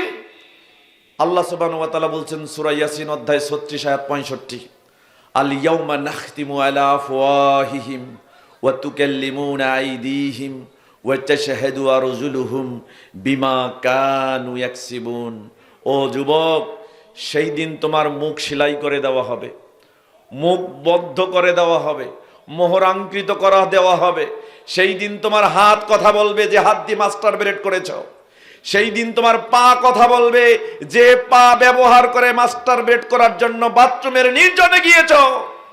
জেনে রেখো, সেই দিন মুখ সেলাই হবে, তোমার হাত কথা বলবে, তোমার পা কথা বলবে, তোমার কিছুই করার থাকবে না। একবার ভাবো সেই দিন তোমার অবস্থা কি হবে। আজকে এতটা বেপরোয়া হয়েছে তুমি, এতটা রেকলেস হয়েছো তুমি। এখানে মাজলিস হচ্ছে জিকিরের মাজলিস, এখানে বসে যদি তুমি আজকে চাও তোমার চাকরি নাই, চাকরি হবে 40 দিনের মধ্যে ইনশাআল্লাহ। চাও 40 দিন পর্যন্ত আজকের ইস্যুটা কাজে লাগিয়ে আজকে থেকে চাওয়া শুরু করো। 40 দিন আউয়াল ওয়াক্তে সালাত আদায় করে বেকার যুবকটা যদি আল্লাহর কাছে শুধু চাকরি চায়, আল্লাহ তাকে চাকরি দিয়ে দিবেন। মেয়েটার স্বামী নাই, স্বামী পাওয়া যায় না, একজন ভালো স্বামীর দরকার। আজকে এখানে চেয়ে টানা 40 দিন আউয়াল ওয়াক্তে সালাত আদায় করে তুমি আল্লাহর কাছে ভালো স্বামী চাও, অবশ্যই আল্লাহ তোমাকে স্বামী দিয়ে দিবে। তোমরা বোঝো না এতটা বেপরোয়া কেন হও? আমিও তো যুবক, তোমার মতো তো বেপরোয়া নই। আমিও তো কথা বলছি, আল্লাহর কথা তোমাকে শোনাতে এসেছি। তুমি এত ডেকলেস কেন? এত বেপরোয়া কেন? কি বোঝাতে চাও? তোমার মতো যুবকেরাই সর্বপ্রথম শিরকের ভিত ভেঙেছিল। সূরা কাহাফ পড়ো, অধ্যায় 18 আয়াত 13। আল্লাহ কোনো বুড়া লোকের গল্প শোনান নাই, কোনো বুড়ো মানুষের কিচ্ছা বলেন নাই। আল্লাহ বলছেন নাহনু নাকুসু আলাইকা নাবাহুম বিল হক ইন্নাহুম ফিতিয়া আমানু বিরাব্বিহিম ওয়া জিদনাহুম হুদা। আল্লাহ বলছেন নিশ্চয় আমি তোমাকে গল্প শুনিয়েছি কিছু যুবকের, বৃদ্ধের গল্প শোনান নাই, যুবকের গল্প শুনিয়েছি যারা তাদের রবের প্রতি ঈমান আনিয়েছিল। আমি আল্লাহ ওই যুবকদের ঈমানকে আরো বেশি গুণে বৃদ্ধি করে দিয়েছি। যুবক, তুমি এতটা রেকলেস কেন? এতটা বেপরোয়া কেন? তুমি ছুটাছুটি করছো কেন এত? তোমার কি শালীনতা নাই? তুমি কি বোঝো না সর্বপ্রথম শিরকের ভিত ভেঙেছিল যারা, তারা ছিল যুবক। তুমি কেন শিরকের ভিত ভাঙতে পারলে না? তুমি কেন 31st নাইট নিয়ে পড়ে আছো? আমি জানি যে যুবকগুলো ঘুরছে, ঘোরাফেরা করছে, হইচই করছে, এরা 12টা 1 মিনিটে 31st নাইট পালন করবে। এরা যে মুসলিমের সন্তান, এরা যে মুসলমানের সন্তান, এটাকে এরা প্রশ্নবিদ্ধ করেছে, এটাকে প্রশ্নবিদ্ধ করেছে। যুবক খুব সাবধান, শিরকের ভিত ভেঙেছিল প্রথম যুবক। আল্লাহ সেই গল্প তুলে ধরেছেন 18 নম্বর সূরা কাহাফের 13 নম্বর আয়াতের ব্যাখ্যায়। ইবনু কাসির রাহিমাহুল্লাহ তাফসীরুল কোরআনুল আযীম 5 নম্বর খণ্ডের 149 নম্বর পৃষ্ঠা, 140 নম্বর পৃষ্ঠা, 18 নম্বর সূরা কাহাফের 13 নম্বর আয়াতের ব্যাখ্যায় এখানে উল্লেখ করেছেন যে আল্লাহর নবী মুহাম্মদুর রাসূলুল্লাহ সাল্লাল্লাহু আলাইহি ওয়াসাল্লাম যখন তাওহীদ এবং রিসালাতের বাণী মানুষের কাছে পৌঁছে দিচ্ছিলেন, ওই সময় সব থেকে যারা সাড়া দিয়েছিল, সব থেকে যারা আল্লাহর নবীর পাশে দাঁড়িয়েছিল, আল্লাহর নবী মুহাম্মদুর রাসূলুল্লাহ সাল্লাল্লাহু আলাইহি ওয়াসাল্লামের সময়ে তিনি বলছেন ওয়া কানা আকসারুল মুস্তাজাবিনা লিল্লাহি তাআলা ওয়া লিরাসূলিহি শাবাবান। তারা ছিল সবাই যুবক। সেই সময় কি বুড়ো লোক ছিল না? বৃদ্ধ লোক ছিল না? ছিল। ওয়া আম্মা শুয়ুখ মিন কুরাইশ ফাআম্মাতুহুম বাকু আলা দীনিহিম। ওই সময় কুরাইশদের মধ্যে অনেক বুড়া লোক ছিল, বৃদ্ধ লোক ছিল, বয়স্ক লোক ছিল। তারা তাদের বাপ দাদার ধর্মকে আঁকড়ে ধরেছিল। অল্প কিছু ছাড়া কেউ ইসলাম গ্রহণ করে নাই। যুবক, তুমি ইব্রাহিম আলাইহিস সালামকে চেনো না? তুমি নবী ইব্রাহিমকে চেনো না যুবক? তিনি সর্বোত্তম শিরকের বীজ ভেঙেছিল, মূর্তিগুলোকে নাস্তেনাবুদ করে দিয়ে মাথা ভেঙে চুরে চুরমার করে দিয়েছিল। তখন তার বয়স ছিল যুবক বয়স, যৌবনকালে করেছে। আল্লাহ ঘটনা তুলে ধরেছেন সূরা আম্বিয়া অধ্যায় 21 আয়াত 59-60।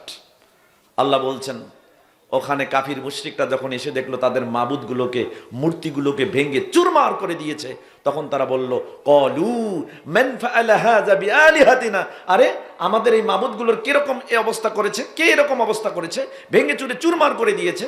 ইন্নাহু লামিনাল যালিমিন, সে তো বড় জালিম।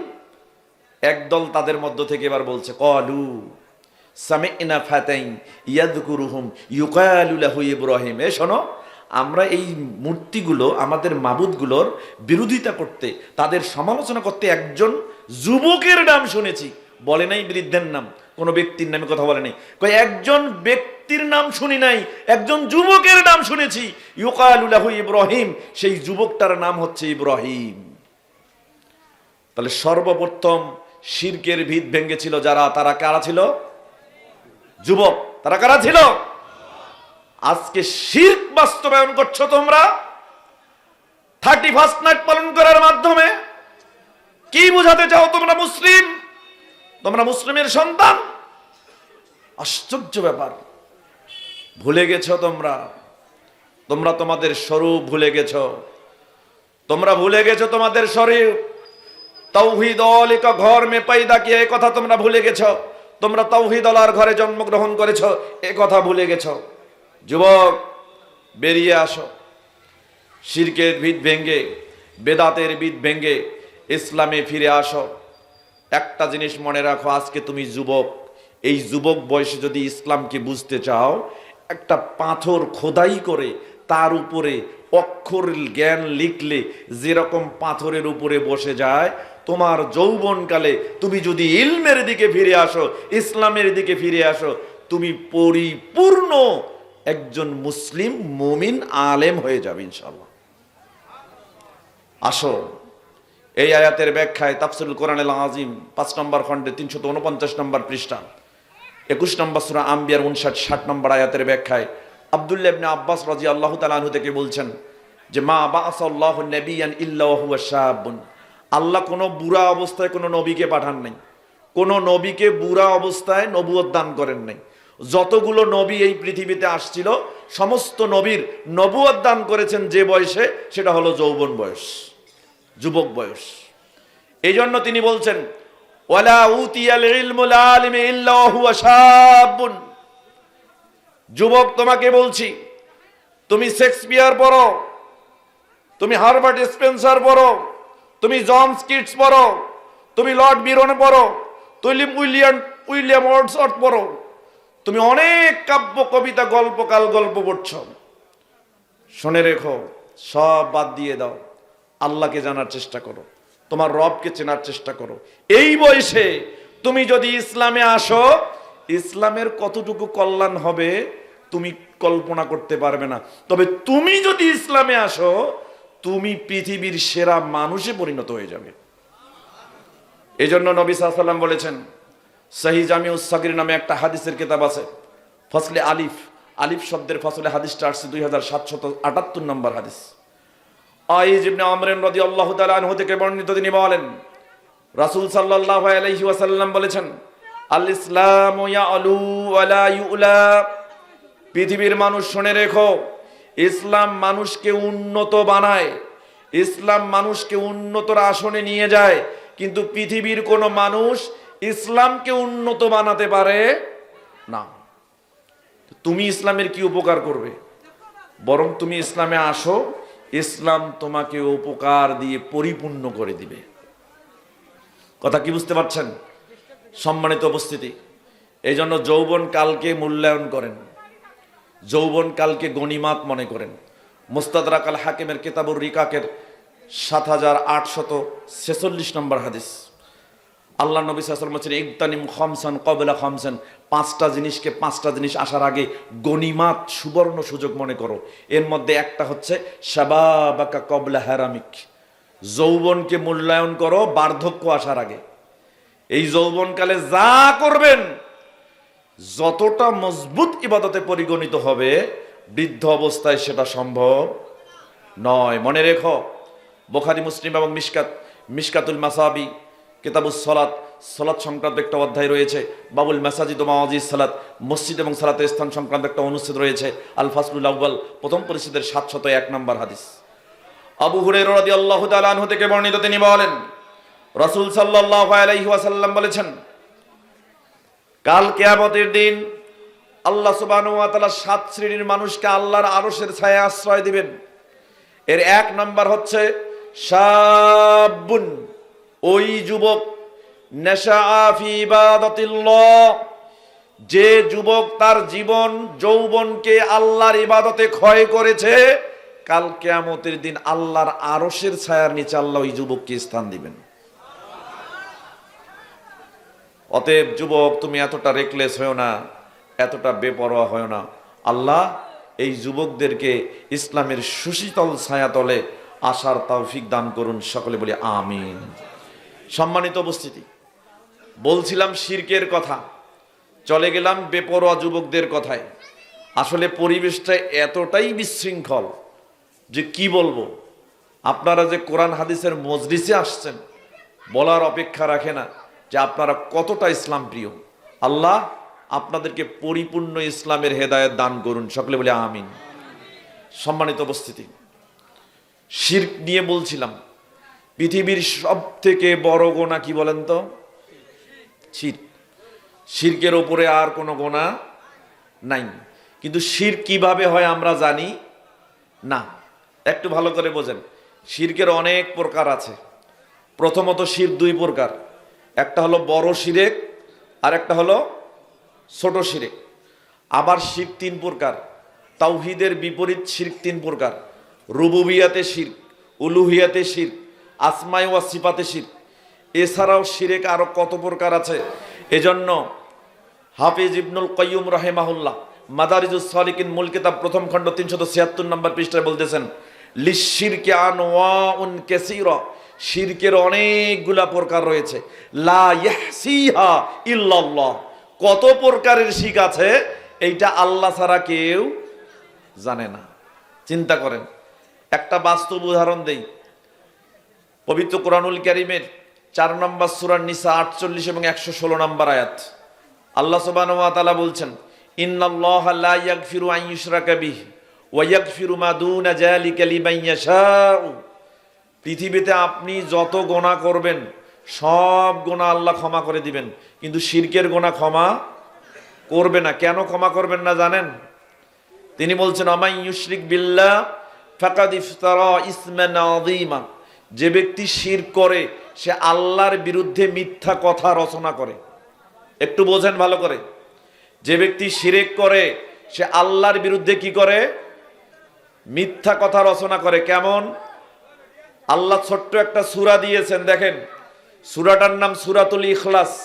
আপনারা সবাই জানেন না? কুল হুয়াল্লাহু আহাদ আল্লাহুস সামাদ লাম ইয়ালিদ ওয়া লাম ইউলাদ ওয়া লাম ইয়াকুল লাহু কুফুয়ান। এটা হচ্ছে আল্লাহর পরিচয়। আপনি বলুন নবী আল্লাহ এক, কিন্তু আপনি যখন শিরক করলেন তখন কি আল্লাহ এক হইল? চিন্তা করেন, তার মানে আপনি কি করলেন? মিথ্যা কথা রচনা করলেন। ভালো করে বোঝেন, শিরক কেমনে করেন নিজেও বুঝেন না। এই যে আজকে 31st নাইট অনেক শিরক হবে এবং এখানে অনেক মুশরিক হবে যুবকরা। ভালো করে বোঝেন, শিরক কিভাবে হয় আমরা নিজেরা জানি না। আরে আপনি কে? আব্দুল্লাহ ইবনে আব্বাস রাদিয়াল্লাহু তাআলা আনহু, যিনি মুফাসসিরদের সবথেকে উচ্চতর পর্যায়ের, তিনিই বুঝতেন না। দেখেন হাদিস এই আয়াতের ব্যাখ্যায়, পবিত্র কোরআনুল কারীমের ব্যাখ্যায় আছে তাফসীরুল কোরআনুল আযীম ইবনে কাসির রাহিমাহুল্লাহ 4 নম্বর সূরা নিসার 116 এবং 48 নম্বর আয়াতের ব্যাখ্যায় আব্দুল্লাহ ইবনে আব্বাস রাদিয়াল্লাহু তাআলার কলটা কোট করেছেন। তিনি বলছেন, আশ-শিরকু ফি হাযিহিল উম্মাহ আখফা মিন দাবিবিন নামলাতিস সাউদা আলা সফাতিস সৌদা ফি জুলুমাতিল লাইল, অন্ধকার কালো রাত্রিতে, ভালো করে বোঝেন, অন্ধকার কালো রাত্রিতে কালো পাথরের উপরে কালো পিঁপড়া যদি হেঁটে যায়, কোনো মায়ের বেটা আছে এটা ধরতে পারবে? বোঝেন, আবার বলছি, অন্ধকার কালো রাত্রিতে কালো পাথরের উপরে কালো পিঁপড়া হেঁটে গেলে যেমন টের পাওয়া যায় না, এই বান্দা শিরক করবে সে নিজেও বুঝতে পারবে না। বাস্তব একটা উদাহরণ দিই, নবী সাল্লাল্লাহু আলাইহি ওয়াসাল্লামের যুগে এরকম বাস্তব একটা উদাহরণ দিয়ে আপনাকে বোঝানোর চেষ্টা করি। হাদিস কোথায় পাবেন? ইবনু মাজাহ নামে একটা হাদিসের কিতাব আছে, আবওয়াবুজ জুহদি, দুনিয়া বিমুখিত হওয়া সংক্রান্ত অধ্যায় সময়ের একটা শিরোনাম পাবেন। বাবু রিয়া ওয়াস সামা, লোক দেখানো লোক শোনানো আমল করা সংক্রান্ত একটা অনুচ্ছেদ পাবেন। হাদিস নাম্বার 4204, আবু সাঈদ আল খুদরি রাদিয়াল্লাহু তাআলা আনহু থেকে বর্ণিত, তিনি বলছেন, নাহনু নাতাযাকারু মাসিহাদ দাজ্জাল ওয়া খারাজা আলাইনা রাসূলুল্লাহ সাল্লাল্লাহু আলাইহি ওয়াসাল্লাম। একদিন আমরা আলোচনা করছিলাম সাহাবা ইকরাম একসাথে বসে, দাজ্জাল কিভাবে আসবে, কেমন হবে, দাজ্জালের আগমন নিয়ে আমরা পরস্পরে কথা বলছি। তো বলতে বলতে আল্লাহর নবী ঘর থেকে বের হয়ে আসলেন, এসে আমাদের কিছু আলোচনা শুনলেন। শোনার পরে বলছেন, আলা উখবিরুকুম বিমা হুয়া আখওয়াফু আলাইকুম ইনদি মিন মাসিহিদ দাজ্জাল। আচ্ছা, তোমরা যে দাজ্জালের আগমন নিয়ে কথা বলছো, আমি কি তোমাদেরকে বলবো না দাজ্জালের আগমনের চাইতে আরো ভয়ঙ্কর কিছু পৃথিবীতে আছে? আমি কি বলবো না? তখন সাহাবা ইকরাম বললেন, বালা ইয়া রাসূলুল্লাহ, আল্লাহর নবী বলুন দাজ্জালের আগমনের চাইতে ভয়ঙ্কর কি জিনিস? তখন তিনি বললেন, আশিরকুল খফি, গোপন শিরক, গোপনে বান্দা শিরক করে, এটা দাজ্জালের আগমনের চাইতে সব থেকে ভয়ঙ্কর। গোপন শিরক কি? একটু ভালো করে বোঝেন, গোপন শিরক কি? আল্লাহর নবী নিজেই বলে দিচ্ছেন, আইয়াকুমার রাজুলু ফায়ুসাল্লি, একজন ব্যক্তি সলাতে দাঁড়ালো, সলাত আদায় করতেছে, হঠাৎ করে মাঝখানে দেখলো পাশে একজন ব্যক্তি তার সলাতটা লক্ষ্য করছে। তখন সলাত আদায় করা অবস্থায় সে লক্ষ্য করলো যে একজন ব্যক্তি আমার সলাত দেখতেছে, না জানি সালাত শেষ করে কি জানি ভুল বের করে। তখন সে কি করে? ফায়ুযায়্যিনু সালাতাহু লিমা ইয়ারা মিন নাজরির রাজুল, তখন ওই ব্যক্তিটার নজর থেকে বাঁচার জন্য লোকটা সুন্দর করে সালাত আদায় করা শুরু করে দিল। বলেন তো, কাকে ভয় করে সালাত সুন্দর করতে হবে? কাকে সুন্দর করতে হবে? কাকে? আল্লাহকে। আর লোকটা সালাত সুন্দর করলো কাকে ভয় করে? মানুষকে। এটার নাম গোপন শিরক। এরকম মানুষ আছে না নাই? মসজিদের সেক্রেটারি টুপি মাথায় দিয়ে সবার আগে কাতারে মসজিদে সালাত আদায় করে, কিন্তু 5 ওয়াক্ত সালাত নাই। মসজিদের সভাপতি সবার আগে মসজিদে, কিন্তু ওই শুক্রবার বৃহস্পতিবার রাতে 50 লাখ টাকা ঘুষ নিয়ে বাড়িতে আসছে। এরকম লোক আছে না নাই? দেখায় খুব ভালো, কিন্তু অন্তর মরে পচে কালো হয়ে গেছে। এরকম লোক আছে না? লোক দেখানো আমল করে। একটু ভালো করে বোঝেন, শিরক কেমনে হয় বুঝি না। আরেকটা হাদিস দিয়ে প্রমাণ করে দিচ্ছি। দেখেন, ওই যে লোকটা বিড়ি টানলো একটু আগে, আমি দেখেছি, আমাকে দেখে বিড়িটা ফেলাই দিয়ে পা দিয়ে মোসার দিয়ে ভালো মানুষ আসসালামু আলাইকুম। ফাঁকা জায়গায় যে বিড়ি টানিয়ে আসলো, আল্লাহ দেখে নাই? তাহলে মানুষের সামনে এসে বিড়ি ফেললো, এখন আল্লাহ দেখলো, তার মানে ও কাকে ভয় করে বিড়ি ফেলছে? বোঝেন, এটাই গোপন শিরক। কথা কি বুঝতে পারছেন? সম্মানিত উপস্থিতি, একটু ভালো করে বোঝেন, এই শিরকটা অনেক হুজুরেরাও বোঝে না, অনেক মসজিদের ইমামও বোঝে না, অনেক নেতাও বোঝে না। আমরা আজকে এমন পর্যায়ে চলে গেছি, গোপন শিরক না বুঝতে বুঝতে বুঝতে বুঝতে বুঝতে এমন পর্যায়ে গেছি, অনাবর্ত শিরক হচ্ছে, কিন্তু শিরক যে হচ্ছে এটা বুঝি না। হাদিস দেখেন, ইবনু মাজাহ নামে একটা হাদিসের কিতাব আছে, আবওয়াবুল ফিতান, ফিতনা বা বিপর্যয় সংক্রান্ত অধ্যায় সময়ের একটা শিরোনাম পাবেন। বাবু মাইয়াকুনু মিনাল ফিতান, যা থেকে ফিতনা হয় সংক্রান্ত একটা অনুচ্ছেদ রয়েছে। 3952 নম্বর হাদিস, সাওবান মাওলান নবী সাল্লাল্লাহু আলাইহি সাল্লাম থেকে বর্ণিত। তিনি বলেন, রাসূল সাল্লাল্লাহু আলাইহি ওয়াসাল্লাম বলেছেন, ইন্না মিম্মা আতাখাওয়াফু আলা উম্মতি, আমার উম্মতের মধ্যে কিছু মানুষ আসবে, আমি তাদেরকে দেখি নাই, কিন্তু ওই মানুষগুলো সম্পর্কে আমি খুব ভয় পাচ্ছি। ভালো করে বোঝেন, ওই মানুষের অন্তর্ভুক্ত আপনিও হতে পারেন। আল্লাহর নবী 1450 বছর আগে বলছেন, আমার উম্মতের মধ্যে এমন কিছু মানুষ আসবে যে মানুষগুলো সম্পর্কে আমি খুব ভয় পাচ্ছি। এক, আল আইম্মাতুল মুদিল্লিন, নেতা হবে, এই নেতা পথভ্রষ্ট। এই পথভ্রষ্ট নেতা মানুষের নেতা হবে, কিন্তু তার মধ্যে কোনো নীতি থাকবে না। এরকম নেতা আছে না নাই? আছে। দুই, সাতা'বুদু কাবাইলুম মিন উম্মাতিল আওসানা, আমার উম্মতের মধ্যে একটা দল হবে যারা আমাকে নবী হিসেবে মানবে, আমার উম্মত হিসেবে তারা নিজেকে দাবি করবে, কিন্তু তারা মূর্তির পূজা করবে। কিসের পূজা করবে? মূর্তির পূজা করবে। তিন নম্বর, সাতালহাকু কাবাইলুম মিন উম্মতি বিল মুশরিকিন, আমার উম্মতের মধ্যে একটা দল হবে যে দল মুশরিকদের সাথে মিলে মিশে একাকার হয়ে যাবে। বর্তমান সময়ে আপনারা দেখেন, আমিও দেখেছি, হিন্দুদের মন্দিরে গিয়েও মুসলমানেরা অংশগ্রহণ করছে তাদের কাজে। এরকম লোক দেখছেন কি আপনারা? কিন্তু কোনো অবস্থায় মুশরিকদের সাথে মুসলমানদের কোনো সম্পর্ক হতে পারে না। এভাবেই গোপনে গোপনে আমরা শিরকে নিমজ্জিত হতে যাচ্ছি। 12টা তো পার হয়ে গেছে।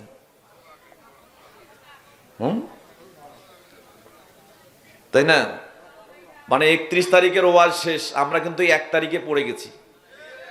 তার মানে আজকে জানুয়ারির 1 তারিখ 2026, আমরা বছরটাকেই অতিক্রম করে ফেললাম। ওয়াজ ছিল 31 তারিখ, চলে গেলাম 25 সালে, ছিলাম চলে গেছি 26 সালে। এখন কি আর ওয়াজ করা যায়? শেষে একটু কথা বলি। আপনাদের এখানে একটা মাদ্রাসা আছে, শেষের কথা, এই ছেলে কি কথা বলে, এগুলার ন্যূনতম লজ্জা নেই। লজ্জা নাই, বেয়াদব করলে তো কম বলা হয়, লজ্জা নেই। আল্লাহ নবী বলেছেন, ইজা লাম তাস্তাহি ফাসনা মা শিতা, যদি তোমার লজ্জা না থাকে তোমার যা ইচ্ছা তাই করো। কোরআনের মাজলিস, যেখানে বসলে গোনা মাফ হয়, যেখানে বসলে জান্নাত অবধারিত হয়, যেখানে বসলে জাহান্নাম থেকে মুক্তি পাওয়া যায়, যেখানে বসলে যা চাইবেন তাই পাইবেন, সেই জায়গায় এসে যদি কেউ কথা বলে, বেয়াদবি করে, তাহলে ওর কি লজ্জা আছে? ন্যূনতম লজ্জা নেই। আল্লাহ এই সমস্ত ব্যক্তিদেরকে লজ্জা ধারণ করা তৌফিক দান করুন, সকলে বলে আমিন। আরে কাফের মুশরিকরাও ওই সময় লজ্জা পেত নবী সাল্লাল্লাহু আলাইহি ওয়াসাল্লাম যেখানে কথা বলতেন। কিন্তু কাফের মুশরিকদের মধ্যে কিছু লোক ছিল, তার নাম মধ্যে ছিল নজর ইবনে হারেস। আল্লাহ নবী যেখানে কথা বলতেন তার পাশেই হট্টগোল করতো, চিল্লাচিল্লি করতো, মানে এমন বিশৃঙ্খল অবস্থা করতো যাতে আল্লাহ নবী সুস্থভাবে কথা বলতে না পারেন। তো তাদের চেলাচামুন্ডা আছে না নাই? এগুলাই কথা, কি বুঝতে পারছেন? আল্লাহ এদের থেকে আমাদের মুক্ত থাকার তৌফিক দান করুন, সকলে বলে আমিন। সম্মানিত উপস্থিতি, আমাদের নবী সাল্লাল্লাহু আলাইহি ওয়াসাল্লামের জন্মের 1000 বছর পূর্বে এই পৃথিবীতে একজন মানুষ ছিল। একটু ভালো করে শোনেন, আমাদের নবী সাল্লাল্লাহু আলাইহি ওয়াসাল্লামের জন্মের 1000 বছর পূর্বে এই পৃথিবীতে একজন মানুষ ছিল, তার নাম ছিল এরিস্টটল। তার পূর্বে তার ওস্তাদ ছিল প্লাটো, তার পূর্বে ছিল সক্রেটিস, তার পূর্বে ছিল অ্যানাক্সোমেন্ডা, অ্যানাক্সোগোরাস, পিথাগোরাস, পারমানেডিস, থেলিস। এরা আমাদের নবীর জন্মের 1000 বছর পূর্বে এই পৃথিবীতে এসেছিল। এদেরকে জিজ্ঞাসা করা হলো, what is the origin of knowledge? আপনি বলুন তো জ্ঞানের উৎপত্তি কোথা থেকে? আপনারা বলেন, জ্ঞান কোথা থেকে এসেছে?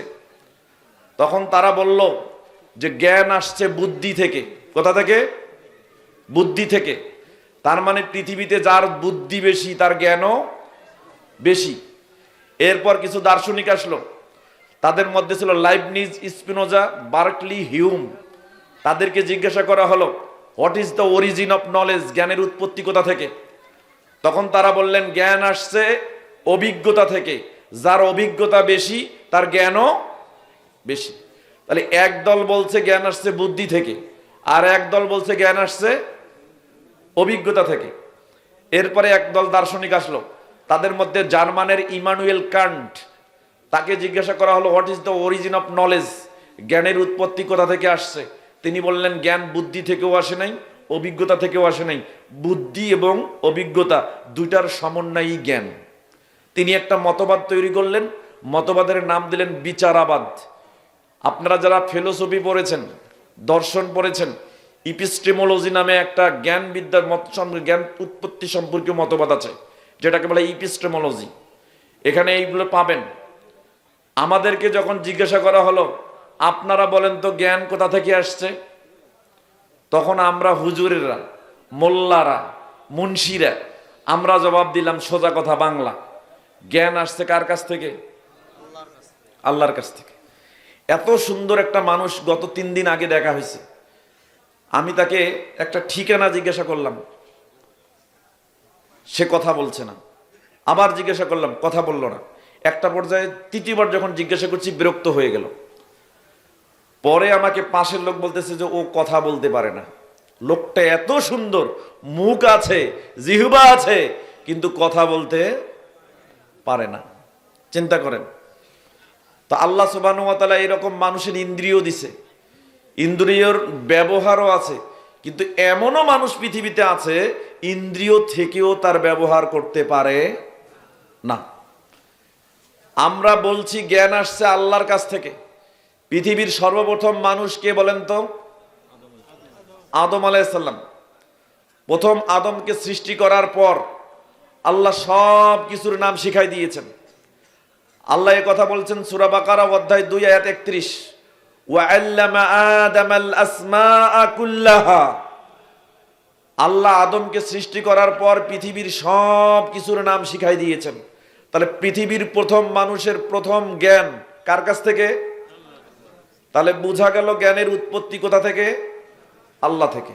এরপরে দেখেন, আপনি যে আজকে কথা বলতে পারতেছেন, এত সুন্দর করে গুছিয়ে কথা বলেন, মানুষকে বোঝান, এবং মানুষের কথার উপরে আপনি মতপার্থক্য করলে তার কথাকে, তার যুক্তিকে রিফিউট করেন, যুক্তি খণ্ডন করেন, সুন্দরভাবে কথা বলতে পারেন, অলংকার শাস্ত্রের সাথে, মেটাফোরের সাথে, বালাগাতের সাথে এত সুন্দর করে কথা বলেন।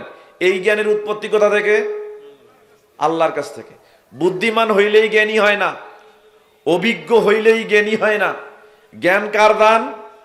এটা রিজেকের অন্তর্ভুক্ত। একটু আগে বলেছিলাম রিজেকের। জ্ঞান কিসের অন্তর্ভুক্ত?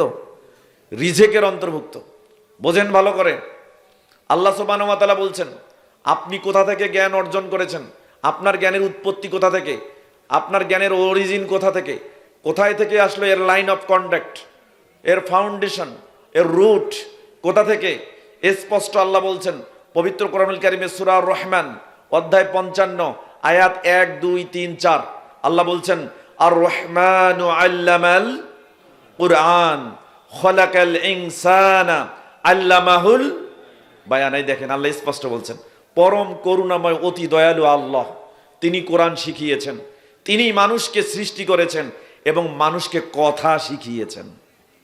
তাহলে বোঝা গেল মায়ের পেট থেকে আমরা কেউ কথা বলে বের হই নাই। মায়ের পেট থেকে বের হওয়ার পর আস্তে আস্তে ব্যাবলিং করা শিখেছি। ব্যাবলিং মানে আধো আধো কথা বলতে শিখেছি। বাবাকে বা বলেছি, পানিকে পা বলেছি। এভাবে আস্তে আস্তে আস্তে আস্তে স্পষ্টতা, বালাগাত এবং ফাসাহাতের সাথে মুখ দিয়ে, জবান দিয়ে কথা বের করেছেন কে? শত শত বাচ্চা কথা বলতে পারে না, হাজার হাজার বাচ্চা কথা বলতে পারে না। আপনার মতো অনেক ইন্দ্রিয় বিশিষ্ট মানুষ আছে যে মানুষ ইন্দ্রিয়ের সঠিক ব্যবহার করতে পারে না। এই অক্ষমতা এটাও এসেছে কার পক্ষ থেকে? আল্লাহর পক্ষ থেকে। তাহলে জ্ঞানের উৎপত্তি কোথা থেকে? আল্লাহ থেকে। এবার আসেন, কবরের সিলেবাস ফাঁস। কবরে প্রশ্ন করা হবে কয়টা বলেন তো? কয়টা? এটা তো কমন প্রশ্ন, জানার কথা না? কবরে কয়টা প্রশ্ন করা হবে? এই ছেলেরা, কবরে কয়টা প্রশ্ন করা হবে? 3টা। এই প্রশ্ন ফাঁস হয় নাই? ফাঁস হয়েছে কিনা? ফাঁস হওয়ার পরেও, উত্তরটা জানার পরেও কবরে সঠিকভাবে এই প্রশ্নের উত্তর দিতে পারবেন এর কোনো গ্যারান্টি আছে? নাই। শোনেন ভালো করে। আবু দাউদ, তিরমিজি, নাসাই, ইবনু মাজাহ, দারিমি, দারাকুতনি, বাইহাকি এবং মিশকাত, 8টা হাদিসের কিতাবে হাদিসটা আসছে। মিশকাতুল মাসাবি, কিতাবুল ঈমান, ঈমান সংক্রান্ত একটা অধ্যায় রয়েছে। বাবু ইসবাতে আযাবিল কবর, কবরে আযাবের প্রমাণ সংক্রান্ত একটা অনুচ্ছেদ রয়েছে, আল ফাসলুস সানি, দ্বিতীয় পরিচ্ছেদের 131 নম্বর হাদিস। বারা ইবনে আযিব রাদিয়াল্লাহু তাআলা আনহু থেকে বর্ণিত, তিনি বলেন রাসূল সাল্লাল্লাহু আলাইহি ওয়াসাল্লাম বলেছেন, যখন কোনো ব্যক্তি মরে যায়, মরে যাওয়ার পরে যখন তাকে দাফন করা হলো, কবর দেওয়া হলো, কবর দেওয়ার পরে আমরা যখন চলে আসি, তখন দুইজন ফেরেশতা তার কাছে আসে। আসার পরে ফাইয়ুজলিসানিহি, তাকে উঠিয়ে বসান। ফাইয়াকুলানি লাহু, এরপর তাকে বসে। প্রথম প্রশ্ন, মার রব্বুকা, তোমার রব কে? তখন সে যদি জানে, সে বলে রব্বি আল্লাহ, আমার রব কে? আল্লাহ। এরপর 2 নম্বর প্রশ্ন, মা দীনুকা, তোমার দিন কি, তোমার জীবন ব্যবস্থা কি, তোমার কমপ্লিট কোড অফ লাইফ কি? তখন সে যদি জানে, বলে দীনি আল ইসলাম, আমার দিন ইসলাম। 3 নম্বর প্রশ্ন করা হয়। 3 নম্বর প্রশ্ন, মা হুয়া রাজুলুল্লাযী বুইসা ফিকুম, আচ্ছা বলো তো, তোমাদের মধ্যে একজন লোককে আল্লাহর পক্ষ থেকে প্রেরণ করা হয়েছিল, সেই লোকটা কে? যদি সে পারে, তখন বলে হুয়া মুহাম্মাদুর রাসূলুল্লাহ। 3টা প্রশ্নের সঠিক উত্তর দিয়ে দিল। দেখেন, আপনার ছেলেটা এবার মেডিকেল এডমিশন টেস্টে সারা বাংলাদেশে মেধা তালিকায় প্রথম স্থান অধিকার করেছে। আপনার ছেলেটা যখন মেডিকেল এডমিশন টেস্টে সারা বাংলাদেশে প্রথম স্থান অধিকার করেছে, এই খবর যখন সারা বাংলাদেশের মানুষ জানলো, তখন আপনার এলাকার এক ছেলের বাপ, যার ছেলেটা পরের বছর এডমিশন টেস্ট দিবে, সে এখন এসে জিজ্ঞাসা করছে, আচ্ছা তোমার ছেলেকে কোন কোচিং পড়াইছো, কোন কোচিংয়ে ভর্তি করে দিছো, কোন স্যারের কাছে পড়াইছো, কোন গাইডগুলো কিনে দিছো? এরকম প্রশ্ন করে না? পাস করেছে, রেজাল্ট ভালো করেছে, এই জন্য সম্পূরক কোশ্চেন করা হয় যে সে কিভাবে এত ভালো রেজাল্ট করলে। কবরেও যদি আপনি 3টি প্রশ্নের উত্তর দিতে পারেন, সঠিকভাবে যদি উত্তর দেন, তাহলে আপনাকে সম্পূরক একটা প্রশ্ন করা হবে। তাহলে প্রশ্ন কয়টা হলো? 4টা। প্রথম 3টা প্রশ্নের উত্তর দেওয়ার পর সম্পূরক একটা প্রশ্ন আপনাকে বলা হবে, মা ইউদরিকা, আচ্ছা তুমি এই 3টা প্রশ্নের উত্তর কেমনে জানলে, কিভাবে জানলে, একটু বলো তো। তখন সে ফেরেশতাদেরকে বলবে, সিলেবাসটা বলে দেবে, কোন সিলেবাস পড়ে কবরের 3টা প্রশ্নের উত্তর দিতে বলেছে। তখন সে বলবে, করাতু কিতাবাল্লাহ, আমি আল্লাহর কিতাব পড়েছি, ফাআমানতু বিহি, এর উপর ঈমান আনয়ন করেছি, ওয়াসাদদাকতু বিহি, এবং এটাকে সত্যায়ন করেছি। সম্মানিত উপস্থিতি, তাহলে কবরের প্রশ্নের উত্তর দেওয়ার জন্য সিলেবাস কি? আল্লাহর কিতাব। কি সিলেবাস? আল্লাহর কিতাব। আপনি ফিজিক্সে অনার্স মাস্টার্স করেছেন, কেমিস্ট্রিতে অনার্স মাস্টার্স করেছেন, এছাড়া বিজ্ঞানের অ্যাপ্লাইড ব্রাঞ্চ, জুলজি, বোটানি থেকে শুরু করে আরো অনেক অ্যাপ্লাইড ব্রাঞ্চ আছে, যেগুলোর উপরে যে কোনো ডিসিপ্লিনের উপরে অনার্স মাস্টার ডিগ্রি অর্জন করার পর আপনি স্বশিক্ষায় শিক্ষিত, নিজেকে শিক্ষিত দাবি করেন। এরকম যে কোনো ডিসিপ্লিনের উপরে অনার্স মাস্টার্স করার পর যে কোনো ভালো পেশায় যাওয়ার পরে আমরা শিক্ষিত ঘোষণা করি, কিন্তু এত সুন্দর মানুষ, এত সুন্দর চেহারা, একটা মেয়ে, একটা ছেলে, একটা যুবক, একটা যুবতী, এত সুন্দর চেহারার অধিকারী, কিন্তু তার চেহারার মধ্যে কোরআনের কোনো অংশ নাই। বলেন তো, ওই শরীরের দাম আছে? ওই চেহারার দাম আছে? কেন নাই? 1450 বছর আগে আপনার নবী মুহাম্মদুর রাসূলুল্লাহ সাল্লাল্লাহু আলাইহি ওয়াসাল্লাম বলেছেন, কোথায় পাবেন? সুনান আদ-দারিমি নামে একটা হাদিসের কিতাব আছে, কিতাবু ফাজাইলুল কোরআন, কোরআনের ফজিলত সমূহ সংক্রান্ত একটা অধ্যায় রয়েছে। বাবু ফাজলিন মান করা আল কোরআন, যে ব্যক্তি কোরআন পড়ে তার ফজিলত সংক্রান্ত একটা অনুচ্ছেদ রয়েছে। হাদিস নাম্বার 3345, 3361, 2টি হাদিস। আব্দুল্লাহ ইবনে আব্বাস রাদিয়াল্লাহু তাআলা আনহু একটা হাদিস বর্ণনা করেছেন, আবু সাঈদ আল খুদরি রাদিয়াল্লাহু তাআলা তিনি একটা হাদিস বর্ণনা করছেন। তারা বলছেন, রাসূল সাল্লাল্লাহু আলাইহি ওয়াসাল্লাম বলেছেন, ইন্নার রাজুলাল্লাযী লাইসা ফি জাওফিহি মিনাল কোরআনি শাইউন কাবাইতুল খারাব। আল্লাহর নবী সাল্লাল্লাহু আলাইহি ওয়াসাল্লাম বলেছেন, একটা ছেলে দেখতে সুন্দর, চেহারা সুন্দর, মেয়েটা দেখতে সুন্দর, চেহারা সুন্দর, কিন্তু ওই ছেলে, ওই মেয়ে এত সুন্দর চেহারার অধিকারী হওয়ার পরেও যদি তার চেহারার ভেতরে কোরআনের কোনো অংশ না থাকে, কা বাইতেল খারাব, একটা বিরান বাড়ি যেমন, যে বাড়িতে মানুষ থাকে না, মানুষ উপকার নেয় না, তেলাপোকা থাকে, সূচো থাকে, ইঁদুর থাকে, কাঠবিড়াল থাকে, এই বাড়িটা যেমন, এই ছেলে বা মেয়েটার চেহারাও আল্লাহর কাছে তেমন। দেখেন, আপনি সুন্দর চেহারার অধিকারী হলেই কাল কিয়ামতের দিন আল্লাহর সামনে সুন্দর হবেন, এর কোনো নিশ্চয়তা নেই। এজন্য কোরআন পড়তে হবে। কবরে যদি আপনি উত্তীর্ণ হন, তাহলে বাকি স্টেজগুলো উত্তীর্ণ হবেন। কবরেই হচ্ছে আপনার কিয়ামত। আপনার মরলেই আপনার কিয়ামত শুরু। কেন জানেন? মরলেই আপনি আপনার আমল পাচ্ছেন। মরলেই আমল যদি পান, তাহলে আমল অনুযায়ী ফয়সালা হবে আপনি জান্নাতে যাবেন নাকি জাহান্নামে যাবেন। সূরা জুমআ অধ্যায় 62 আয়াত 8 আল্লাহ সুবহানাহু ওয়া তাআলা বলছেন, নবী আপনি বলুন, কুল ইন্নাল মাউতাল্লাযী তাফিররুনা মিন ফাইন্নাহু মুলাকীকুম। নবী আপনি বলুন, তোমরা মৃত্যু থেকে পলায়ন করতে চাও তো পলাও। আমরা কেউ মরতে চাই না, কিন্তু দেখেন, কেউ মরতে চাই না। মরতে চান? কেউ মরার জন্য প্রস্তুত না। আপনার অসুখ হয়েছে, রোগ হয়েছে, ডাক্তারের কাছে যাবেন। যদি এলাকায় ডাক্তারের চিকিৎসায় ভালো না হয়, তো ঢাকায় চলে যাবেন। ঢাকায় যদি না হয়, ওখান থেকে মৃত্যু থেকে পলায়ন করে চলে যাবেন ভারতে। ভারতে যদি না হয়, সিঙ্গাপুরে। পৃথিবীর যেখানে সব থেকে ভালো চিকিৎসা হয় সেখানে যাবেন। তার মানে আপনি মরতে চান না, মৃত্যু থেকে পলায়ন করার জন্য এক জায়গা থেকে আরেক জায়গায় ছুটে যাচ্ছেন। আল্লাহ বলছেন, শোনো, তুমি মৃত্যু থেকে পলায়ন করতে চাও তো পলাও। ফাইন্নাহু মুলাকীকুম, যেখানেই পালাবে মৃত্যু তোমার সামনে এসে তোমার সাথে সাক্ষাৎ করবে, মোলাকাত করবে। বলেন তো, মোলাকাত সামনাসামনি হয় না সামনে পেছনে হয়?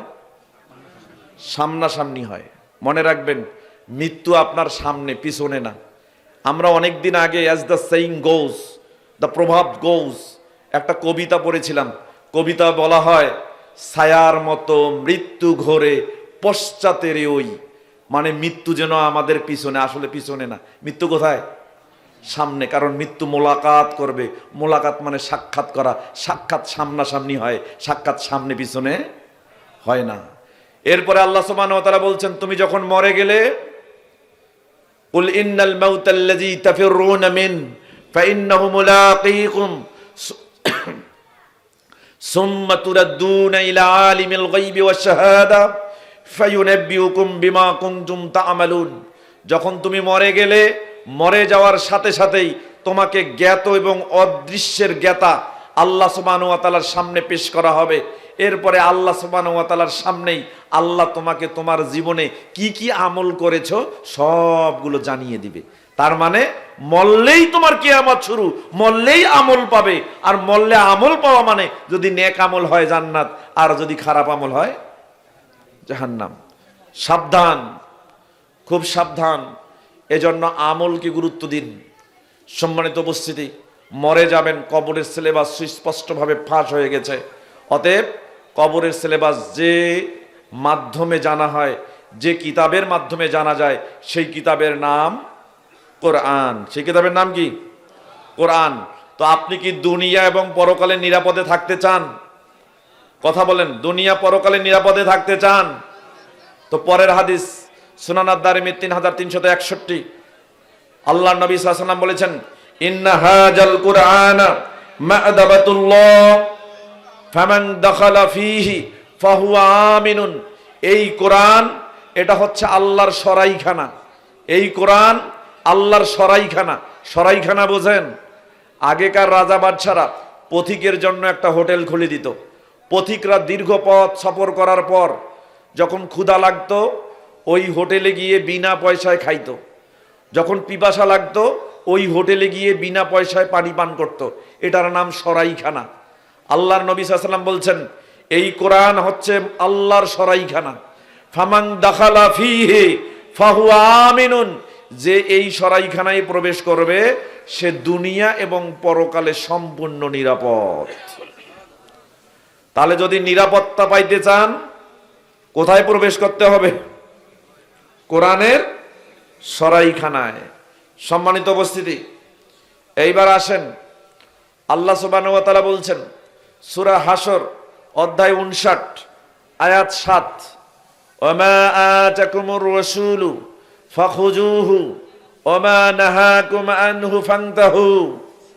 আল্লাহ বলছেন, নবী তোমাদের কাছে, রসুল তোমাদের কাছে যা নিয়ে এসেছেন তোমরা সেটাকে গ্রহণ করো, আর নবী যা থেকে নিষেধ করেছেন তোমরা সেটাকে বর্জন করো, ছেড়ে দাও। আমরা আসলে আদেশও বুঝি না, নিষেধও বুঝি না। আদেশ কি এটাও বুঝি না, নিষেধ কি এটাও বুঝি না। আপনি জানেন সলাতের ক্ষেত্রে কোনো নিষেধ নাই, সলাতের ক্ষেত্রে কি আছে? আদেশ। কথা বলেন কেন আপনারা? সলাতের ক্ষেত্রে কোনো নিষেধ নাই, যা আছে সব আদেশ। এই সলাত আপনাকে আদায় করতে হবে। কিয়ামতের দিন সর্বপ্রথম কোন কাজের হিসাব নেওয়া হবে জানেন? কাজের ক্ষেত্রে কোন কাজের? সলাতের। আপনি কত জানাজার সলাত আদায় করছেন এটা হিসাব নেওয়া হবে না। কত হাজার ঈদের নামাজ পড়েছেন এটার হিসাব নেওয়া হবে না। কত কোটি জুমার নামাজ পড়েছেন এটার হিসাব নেওয়া হবে না। সর্বপ্রথম যে সলাতের হিসাব নেওয়া হবে সেটা হলো কোন সলাত বলেন তো? ফরজ সলাত, 5 ওয়াক্ত ফরজ সলাত। ভালো করে হিসাব করেন। হাদিস আসছে, রাসূল সাল্লাল্লাহু আলাইহি সাল্লামের হাদিস, তিরমিজি, আবু দাউদ, ইবনু মাজাহ, দারিমি, দারাকুতনি এবং মিশকাতুল মাসাবি কিতাবুস সালাত, সালাত সংক্রান্ত একটি অধ্যায় রয়েছে। বাবু সালাতুত তাসবিহ, সালাতুত তাসবিহ সংক্রান্ত একটা অনুচ্ছেদ, আল ফাসলুস সানি, দ্বিতীয় পরিচ্ছেদ, হাদিস নাম্বার 1330। আবু হুরায়রা রাদিয়াল্লাহু তাআলা আনহু থেকে বর্ণিত, তিনি বলেন, রাসূল সাল্লাল্লাহু আলাইহি ওয়াসাল্লাম বলেছেন, আউয়ালু মা ইউহাসাবু বিহিল আবদু ইয়াউমাল কিয়ামাহ আস-সালাহ। সর্বপ্রথম বান্দার যে কাজের হিসাব নেওয়া হবে সেটা হচ্ছে সালাত।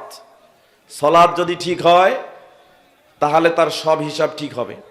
সালাত যদি ঠিক না হয় কোনো কাজের হিসাব সে আল্লাহর সামনে দিতে পারবে না। কিন্তু বলেন তো, আমাদের সালাত কি ঠিক আছে? ঠিক আছে? চিন্তা করেন। একটা জিনিস মাথায় রাখবেন, যার সালাত নাই পৃথিবীতে তার কিছু নাই। যার সালাত নাই পরকালে তার কিছু নাই। যার সালাত নাই জান্নাতে তার কিছু নাই। যার সালাত নাই কল্যাণের তার কিছু নাই। যার সালাত নাই সে সব থেকে বড় অপরাধী। মনে রাখবেন, সিয়াম ফরজ, কিন্তু সিয়াম যদি কেউ ছেড়ে দেয় তাকে কাফির বলা হবে না। মনে রাখবেন, একজন মানুষকে হত্যা করা অপরাধ, এটা আল্লাহর নিষেধ। একটা নিষেধ আল্লাহ আপনাকে নিষেধ করেছেন কিন্তু তারপরেও আপনি করেছেন। এরকম হাজার হাজার নিষেধ আছে, যে নিষেধগুলো আপনাকে নিষেধ করা হয়েছে। দেখেন, জেনা করা হারাম না হালাল? জেনা করা বৈধ না অবৈধ? মনে রাখবেন, আল্লাহ সুবহানাহু ওয়া তাআলা জেনা করা তো দূরের কথা, জেনার নিকটবর্তী হতে নিষেধ করেছে। আরে করবে কি? জেনার নিকটেই যাইও না। দেখেন, সূরা বনী ইসরাঈল ইসরা অধ্যায় 17 আয়াত 32, আল্লাহ বলছেন, ওয়ালা তাকরাবুজ জিনা ইন্নাহু কানা ফাহিশাতান ওয়া সাআ সাবিলা। জেনা করা তো দূরের কথা, জেনার নিকটেই যাইও না। লা তাজুনু মিনাজ জিনা, জেনার নিকটেই যাইও না। জেনা করা আর নিকটে না যাওয়া, দুইটা কথা আসমান জমিন পার্থক্য। ভালো করে বোঝেন। আল্লাহ যদি বলতেন জেনা করো না তাহলে ঠিক ছিল। জেনা করছেন, করতে নিষেধ করছে, করে ফেলছেন, কিন্তু বলছে কি জেনার নিকটবর্তী হো না। করা তো দূরের কথা, নিকটেই যাইও না। ভালো করে বোঝেন। তারপরেও জেনা করছেন, 50 বার জেনা করছেন। 50 বার জেনা করার পরেও যে পাপ হইছে তার থেকে বড় পাপ সালাত ছেড়ে দিলে হয়েছে। চিন্তা করেন, মানুষ হত্যা করা, মানুষকে খুন করা হালাল না হারাম? চিন্তা করেন কেমন অপরাধ। বোঝেন, সূরা মাইদা অধ্যায় 5 আয়াত 32 আল্লাহ সুবহানাহু ওয়া তাআলা বলছেন, যদি কোনো ব্যক্তি একজন মানুষকে হত্যা করে, নাফসাম বিগাইরি নাফসিন, বিনা কারণে, আও ফাসাদিন ফিল আরদ, অথবা দুনিয়াতে অরাজকতা সৃষ্টি করার জন্য কোনো মানুষ যদি অন্য মানুষকে হত্যা করে। যেমন কিছুদিন আগে বাংলাদেশের একজন তেজি ছেলে, একজন বাংলাদেশের স্বাধীনতা সংগ্রামের রাহবার, বাংলাদেশের একজন পথ প্রদর্শক, যে কিনা স্বাধীন চেতনাকামী, একটা দিক নির্দেশনার দিকে মানুষকে আহ্বান করেছিল। তার নাম হচ্ছে কি? ওসমান বিন হাদি। দেখেন নাই? তাকে হত্যা করা হয়েছে। এইরকম হাজার হাজার মানুষকে যদি আপনি হত্যা করেন, আল্লাহ হত্যা করলে বলছেন, যদি কোনো ব্যক্তি বিনা কারণে মানুষকে হত্যা করে অথবা দুনিয়ায় অরাজকতা সৃষ্টি করার জন্য হত্যা করে, কাআন্নামা কতালান নাস জামিয়া, সে যেন একটা মানুষকে হত্যা করলে সারা পৃথিবীর মানুষকে হত্যা করার সমতুল্য অপরাধ করলো। তারপরেও 50,000 লোককে হত্যা করেছেন। 50,000 লোককে হত্যা করলে যে গোনা হয়, তার চেয়ে বড় গোনা হলো ছালাত ছেড়ে দেওয়া। কি দিয়ে বুঝাবো আপনাকে? ছেলে তোমার কিছুই নাই, কি আছে? জেনা করা অপরাধ। কেমন অপরাধ? ভাই একটু আগে লেকচারে বলেছে, সূরা বাকারা অধ্যায় 2 আয়াত 278 থেকে 79, ওখানে বলা হয়েছে, যে ব্যক্তি সুদ খায়, যে ব্যক্তি সুদ খায় সে কি করে? সর্বোচ্চ শাস্তি, ফাজানু বিহারবি মিনাল্লাহি ওয়া রাসূল, সেজন্য আল্লাহ এবং তার রাসূল তার বিরুদ্ধে যুদ্ধ ঘোষণা করেছে। তার মানে সুদের সব থেকে বড় গুনাহ হলো আল্লাহ এবং তার রাসূলের বিরুদ্ধে যুদ্ধ ঘোষণা করা। সুদের সব থেকে নিম্ন অপরাধ কি? সহিহ জামিউস সাগীর ফসলে মা 3537 থেকে 3541, 3টা হাদিস। আল্লাহ নবী সাল্লাল্লাহু আলাইহি ওয়াসাল্লাম বলেছেন, কোন ব্যক্তি যদি 1 দিরহাম সুদ খায়, এই অপরাধটা হলো মিসলু আইয়ান কেহা রাজুল উম্মাহু, কোন ব্যক্তি যদি 1 দিরহাম সুদ খায়, সে যেন এই রকম অপরাধ করলো, নিজের মাকে বিবাহ করলো। এটা তো কম বলা হলো। পরের হাদিসে বলা হয়েছে, মিসলু ইতিয়ানির রাজুলি উম্মাহু, কোন ব্যক্তি যদি সুদ খায়, তার নিজের মায়ের সাথে জেনা করে। নাউজুবিল্লাহ। এইটা হলো সুদের সব থেকে নিম্ন গোনা, ছোট গোনা। এবার মনে রাখেন, 1000 কোটি টাকা সুদ খেয়েছেন, 1000 কোটি বার জেনা করার সমতুল্য অপরাধ করেছেন, তার থেকে বড় অপরাধ হলো সালাত ছেড়ে দেওয়া। কি দিয়ে বুঝাই? যুবক, তোমার সালাত নাই, তোমার বাপ আছে নাই, তোমার মা আছে নাই, তোমার ভাই আছে নাই, তোমার বোন আছে নাই, তোমার পরিবার আছে নাই, তোমার সম্পদ আছে নাই, তোমার টাকা আছে নাই, তোমার জমি জমা আছে নাই, কিচ্ছু নাই। দেখো একটা হাদিস বলবো শুধু, সহিহ বুখারী কিতাবু মাওয়াকিতিস সালাত, সালাতের ওয়াক্ত সমূহ সংক্রান্ত একটা অধ্যায় রয়েছে, বাবু ইসমিন মান তাফুতুহুল আসরু, যার আসরের সালাত চলে যায়, ছুটে যায়, তার কি পাপ, এই সংক্রান্ত একটা অনুচ্ছেদের 552 নম্বর হাদিস। হাদিসটি বর্ণনা করেছেন আব্দুল্লাহ ইবনে উমর রাদিয়াল্লাহু তাআলা আনহুমা থেকে বর্ণিত। তিনি বলেন, রাসূল সাল্লাল্লাহু আলাইহি ওয়াসাল্লাম বলেছেন, আল্লাযী তাফুতুহুস সালাতুল আসরু, যে ব্যক্তির কাছ থেকে সালাতে আসরের সালাত ছুটে যায়, যে ব্যক্তি আসরের সালাত ছেড়ে দিল, যে ব্যক্তি আসরের সালাত আদায় করতে পারলো না, কাআন্নামা উতিরা আহলাহু ওয়া মালাহু, সে যেন তার পরিবার পরিজন, পরিবারের যত লোক আছে তার থেকে সম্পদ, মাল, টাকা পয়সা সব কিছু থেকে বিচ্ছিন্ন হয়ে গেল। তার মানে পৃথিবীতে তার বাপ আছে নাই, মা আছে নাই, ভাই আছে নাই, বোন আছে নাই, পরিবার আছে নাই, স্ত্রী আছে নাই, সন্তান আছে নাই, মাল আছে নাই, টাকা আছে নাই, পয়সা আছে নাই, কিচ্ছু নাই। যুবক, তুমি ভাবো, আসরের সালাত ছেড়ে দিলে যদি পৃথিবী থেকে তুমি বিচ্ছিন্ন হয়ে যাও, তুমি জোহর পড়নি, তুমি আসর পড়নি, তুমি মাগরিব পড়নি, তুমি ঈশায় ঘুমিয়ে পড়েছ, ফজর কোন দিকে ছুটে গেছে টেরেই পাও নাই, সকাল 10টায় উঠেছ, 5 ওয়াক্ত সালাত আদায় হয় নাই, তোমার কি আছে? কি আছে? কিচ্ছু নাই। যুবক, জেনে রেখো, আল্লাহ যে কাজে নিষেধ করেছে তুমি তারপরেও যদি নিষেধ করো, কিন্তু আল্লাহ যে কাজে আদেশ করেছে সেই কাজে তুমি যদি অবাধ্যচারণ করো, এর গোনা কোটি গুণ নিষেধ করার চাইতেও বেশি। কি দিয়ে বুঝাবো তোমাকে? এই জন্যই বলছি, রাসূল যা নিয়ে এসেছেন সেটাকে গ্রহণ করেন, রাসূল যা আনেন নাই সেটাকে ছেড়ে দেন। কথা কি বুঝতে পারছেন? বিরক্ত হয়েছেন? শেষ করে দিই নাকি? 1টা বাজে গেছে। যাই হোক, আজকে যে কথাগুলো আমরা বললাম, আসলে পরিবেশ পরিস্থিতির উপরে বিচ্ছিন্নভাবে নির্দিষ্ট শিরোনামে কথা বলতে পারলাম না। এই জন্য আমিও আন্তরিকভাবে দুঃখিত, আপনাদেরও দুঃখিত হওয়া উচিত। এখন যারা আসছেন, এতটুকু জ্ঞান আপনাদের রিজেকে ছিল, যার কারণে পেয়েছেন। আল্লাহ যদি চায়, আমরা দোয়া করি যেন ইসলামের পরিপূর্ণ জ্ঞান আপনাদের রিজেকে লেখেন। আল্লাহ সুবহানাহু ওয়া তাআলা আমাদের সকলকে কোরআন এবং সহিহ হাদিস মেনে আমল করার তৌফিক দান করুন। সর্বশেষ, কোরআন এবং সুন্নাহ ও সহিহ আকীদার ভিত্তিতে পরিচালিত বাঞ্চারাম মণ্ডলপাড়া বেগম সালেহা নুরানী ও হাফিজিয়া মাদ্রাসা ভর্তি চলছে। বিয়ের বয়স হয়েছে, বাবাকে বলতে পারো না, তাই না?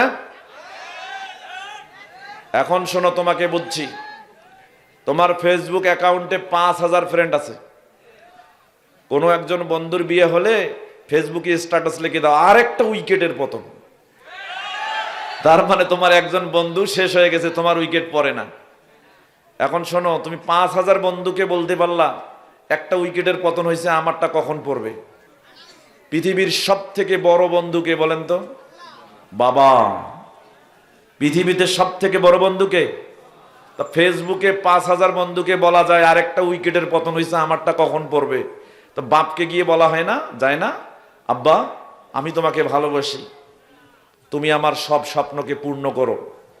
আমি যে স্বপ্ন দেখে ঘুমাই, সেই স্বপ্নকে তুমি জেগে বাস্তবায়ন করো। আব্বা, আমার বিয়ে দরকার, আমি বিয়ের প্রয়োজন বোধ মনে করছি, তুমি আমার বিয়ে দিয়ে দাও। দেখেন তো বাবা খুশি হয়ে বিয়ে দেয় কিনা। অতএব বাবাকেই বলবেন, সেরা বন্ধু হচ্ছে বাবা। বাবা যেন বিয়ের ব্যবস্থা করে। যারা বাবা আছেন, ছেলের বয়স 20 থেকে 25, 26 হয়েছে, যথেষ্ট বয়স হয়েছে, বিয়ে দিয়ে দেন।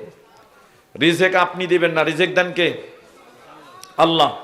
সূরা নূর অধ্যায় 24 আয়াত 32 আল্লাহ সুবহানাহু ওয়া তাআলা বলছেন, তোমরা বিবাহ দিয়ে দাও বিবাহযোগ্যদেরকে, যদি তারা ফকির হয়, গরিব হয়, নিঃস্ব হয়, ইউগনিহুমুল্লাহু মিন ফাদলিহি, আল্লাহ তার অনুগ্রহ দিয়ে তাকে বিবাহের পর তাকে ধনী বানায় দিবেন। কথা বুঝতে পারছেন? সম্মানিত উপস্থিতি, এখন শোনেন যেটা বলছিলাম। তাহলে আমাদের সাথে আছে কয়জন? 4 জন। সকালবেলা যখন ঘুম থেকে উঠলেন, ঘুম থেকে উঠার সাথে সাথে আরো 2 জন ফেরেশতা নাজিল হয়। কয়জন? তাহলে কয়জন হইল? 6 জন। এই ফেরেশতা 2 জনের কাজ কি দেখেন। হাদিস আসছে বুখারী, মুসলিম এবং মিশকাতুল মাসাবি, কিতাবুল যাকাত, যাকাত প্রদান করা সংক্রান্ত একটা অধ্যায় রয়েছে। বাবুল ইনফাক ওয়া কারাহিয়াতুল ইমসাক, দানের বদান্যতা, কৃপণতার নিন্দা সংক্রান্ত একটা অনুচ্ছেদ রয়েছে। আল ফাসলুল আউয়াল, প্রথম পরিচ্ছেদের 1860 নম্বর হাদিস। কি আপনাদের খারাপ লাগতেছে? কথা বললে তো হবে না। কথা বললে হবে? কথা বলা যাবে না? একটু সাইলেন্ট হন, চুপ হয়ে যান। দেখেন, আপনারা কিন্তু একটা ভালো কাজে আসছেন। আমি বিশ্বাস করতে খুব কষ্ট হচ্ছে যে শেষে আপনারা যারা আসলেন 31st নাইট উদযাপন না করে, বা 31st নাইটের কাছাকাছি গিয়েও যে আপনারা ফিরে আসছেন, এটা আল্লাহর স্পষ্ট হেদায়া। কথা কি বুঝতে পারছেন? আল্লাহ আমাদের কবুল করে নিন, বলুন আমিন। সম্মানিত উপস্থিতি, তো সকালবেলা যখন আপনি ঘুম থেকে উঠেন, রাসূল সাল্লাল্লাহু আলাইহি ওয়াসাল্লাম বলছেন, মা মিন ইয়াউমিন ইউসবিহুল ইবাদু ফিহি ইল্লা মালাকানি ইয়ানজিলান। বান্দা যখন সকালবেলা ঘুম থেকে উঠে, ঘুম থেকে উঠার সাথে সাথে আসমান থেকে আরো 2 জন ফেরেশতা নাজিল হয়।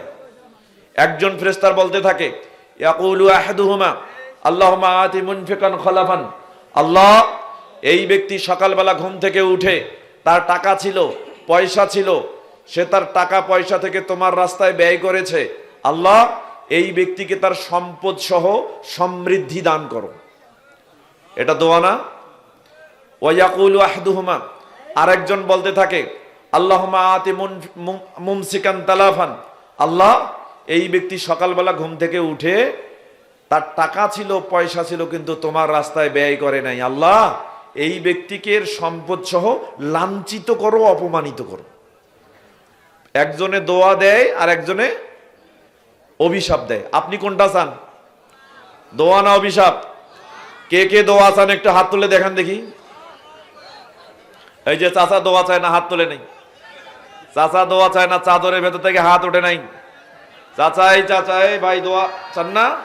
হাত উঠান, সবাই হাত উঠান। ওই যে মুরব্বী দ্বারা আছে, হাত ওঠে নাই। উঠছে, হাত উঠছে। দোয়া চাই সবাই? যদি দোয়া চাই তাহলে সরাসরি এই হাত যেখানে টাকা আছে ওখানে ঢোকান, ঢোকান। সরাসরি যেখানে টাকা আছে ওখানে ঢোকান। যা আছে শুধু বাড়িতে যাওয়ার জন্য রিক্সা ভাড়া থুইয়া, অটো ভাড়া থুইয়া, বাকি টাকাটা আজকে সব দিয়ে যাবেন। ঠিক আছে? একটা গামছা ছেড়ে দেন, টাকা নিয়ে আসেন। আল্লাহ সুবহানাহু ওয়া তাআলা আমাদের সকলকে দিনের পথে কবুল করুন, সকলে বলে আমিন। আজকে এই 31st নাইট যেখানে ইহুদি খ্রিস্টানরা আজকে উদযাপন করছে, সেই উদযাপনে আমাদের মুসলিম ছেলেরা ডেমোরালাইজড হয়ে, নীতিভ্রংশ হয়ে, ডেভিয়েটেড হয়ে, পথভ্রষ্ট হয়ে তারা এই অনুষ্ঠানগুলোতে অংশগ্রহণ করেছিল। আল্লাহ, তুমি এই 31st নাইট থেকে তাদের সম্পূর্ণরূপে মুখ ফিরিয়ে নিয়ে ইসলামে থাকার তৌফিক দান করো, সকলে বলি আমিন।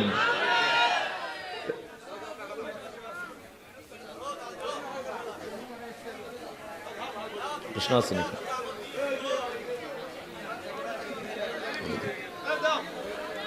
আমি বলছিলাম ক্যাসিনো, আপনি হয়তো শুনছেন কালেকশন। এই যে জুয়া, আপনাদের এখানে ক্যাসিনো জুয়া আছে নাকি? আছে? ক্যাসিনো জুয়া আছে?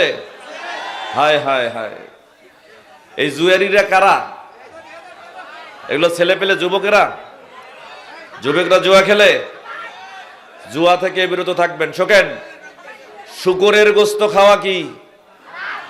শুকরের গোস্ত খাওয়া কি এটা জানেন না? শুকরের গোস্ত খাওয়া যেমন হারাম, জুয়া খেলে টাকা কামাই করাও তেমনি হারাম। জুয়া খেলে যে টাকা লাভ হয়, মুনাফা হয়, ওই টাকা দিয়ে যদি চাল কিনে খায় তাহলে শুকরের গোস্ত খায় একই। দেখেন হাদিস, সহিহ মুসলিম এবং মিশকাত, দুটি হাদিসের কিতাবে হাদিসটা আসছে। মিশকাতুল মাসাবি, কিতাবুল লিবাস, পোশাক পরিচ্ছদ সংক্রান্ত একটা অধ্যায়, বাবু তাসবির, ছবি মূর্তি সংক্রান্ত একটা অনুচ্ছেদ, আল ফাসলুল আউয়াল, প্রথম পরিচ্ছেদ, 4500 নম্বর হাদিস। আবু বুরাইদা রাদিয়াল্লাহু তাআলা আনহু থেকে বর্ণিত, তিনি বলেন রাসূল সাল্লাল্লাহু আলাইহি ওয়াসাল্লাম বলেছেন, মান লাইবা বিন নারদিশির, যে ব্যক্তি দাবা খেলে, ছক্কা খেলে, চারকোনা টাইপের যে খেলাগুলো আছে, যে খেলার মধ্যে জুয়া, জুয়া টাকা দিয়ে খেলে, দাবা, ছক্কা, জুয়া যে ব্যক্তি খেলে, রাসূল সাল্লাল্লাহু আলাইহি ওয়াসাল্লাম বলেছেন, ফাকান্নামা সাবাগা ইয়াদাহু ফি লাহমিল খিনজির ওয়া দামিহি, সে যেন তার হাতকে শুকরের রক্ত এবং গোশতে রঞ্জিত করলো খাওয়ার জন্য। কথা কি বুঝতে পারছেন? তাহলে জুয়ার টাকায় কিছু খাওয়া আর শুকরের গোশত খাওয়া এক। কথা বুঝছেন? কোন ব্যক্তি যদি একজন ব্যক্তিকে বলে আসো ছক্কা খেলি, আসো লুডু খেলি, আসো আসো দাবা খেলি, যদি এতটুকু কথা বলে, মিশকাতের 3409 নম্বর হাদিস, রাসূল সাল্লাল্লাহু আলাইহি সাল্লাম বলেছেন, ফালিয়াতাসাদদাক মান ক্বালা লিসাহিবিহি, মান ক্বালা লিসাহিবিহি তাআল উকামিরুকা ফালিয়াতাসাদদাক, কোন ব্যক্তি যদি তার কোনো সাথী বা বন্ধুকে বলে আসো ছক্কা খেলি, আসো লুডু খেলি, শুধু এতটুকু কথা বলেছে, এর জন্য তার উপরে সদকা করা ওয়াজিব হয়ে গেছে। তার মানে খেলুক আর না খেলুক, বলাটাই অপরাধ। অতএব জুয়া খেলা যাবে না। এই জুয়া আপনাকে নিঃস্ব করবেই।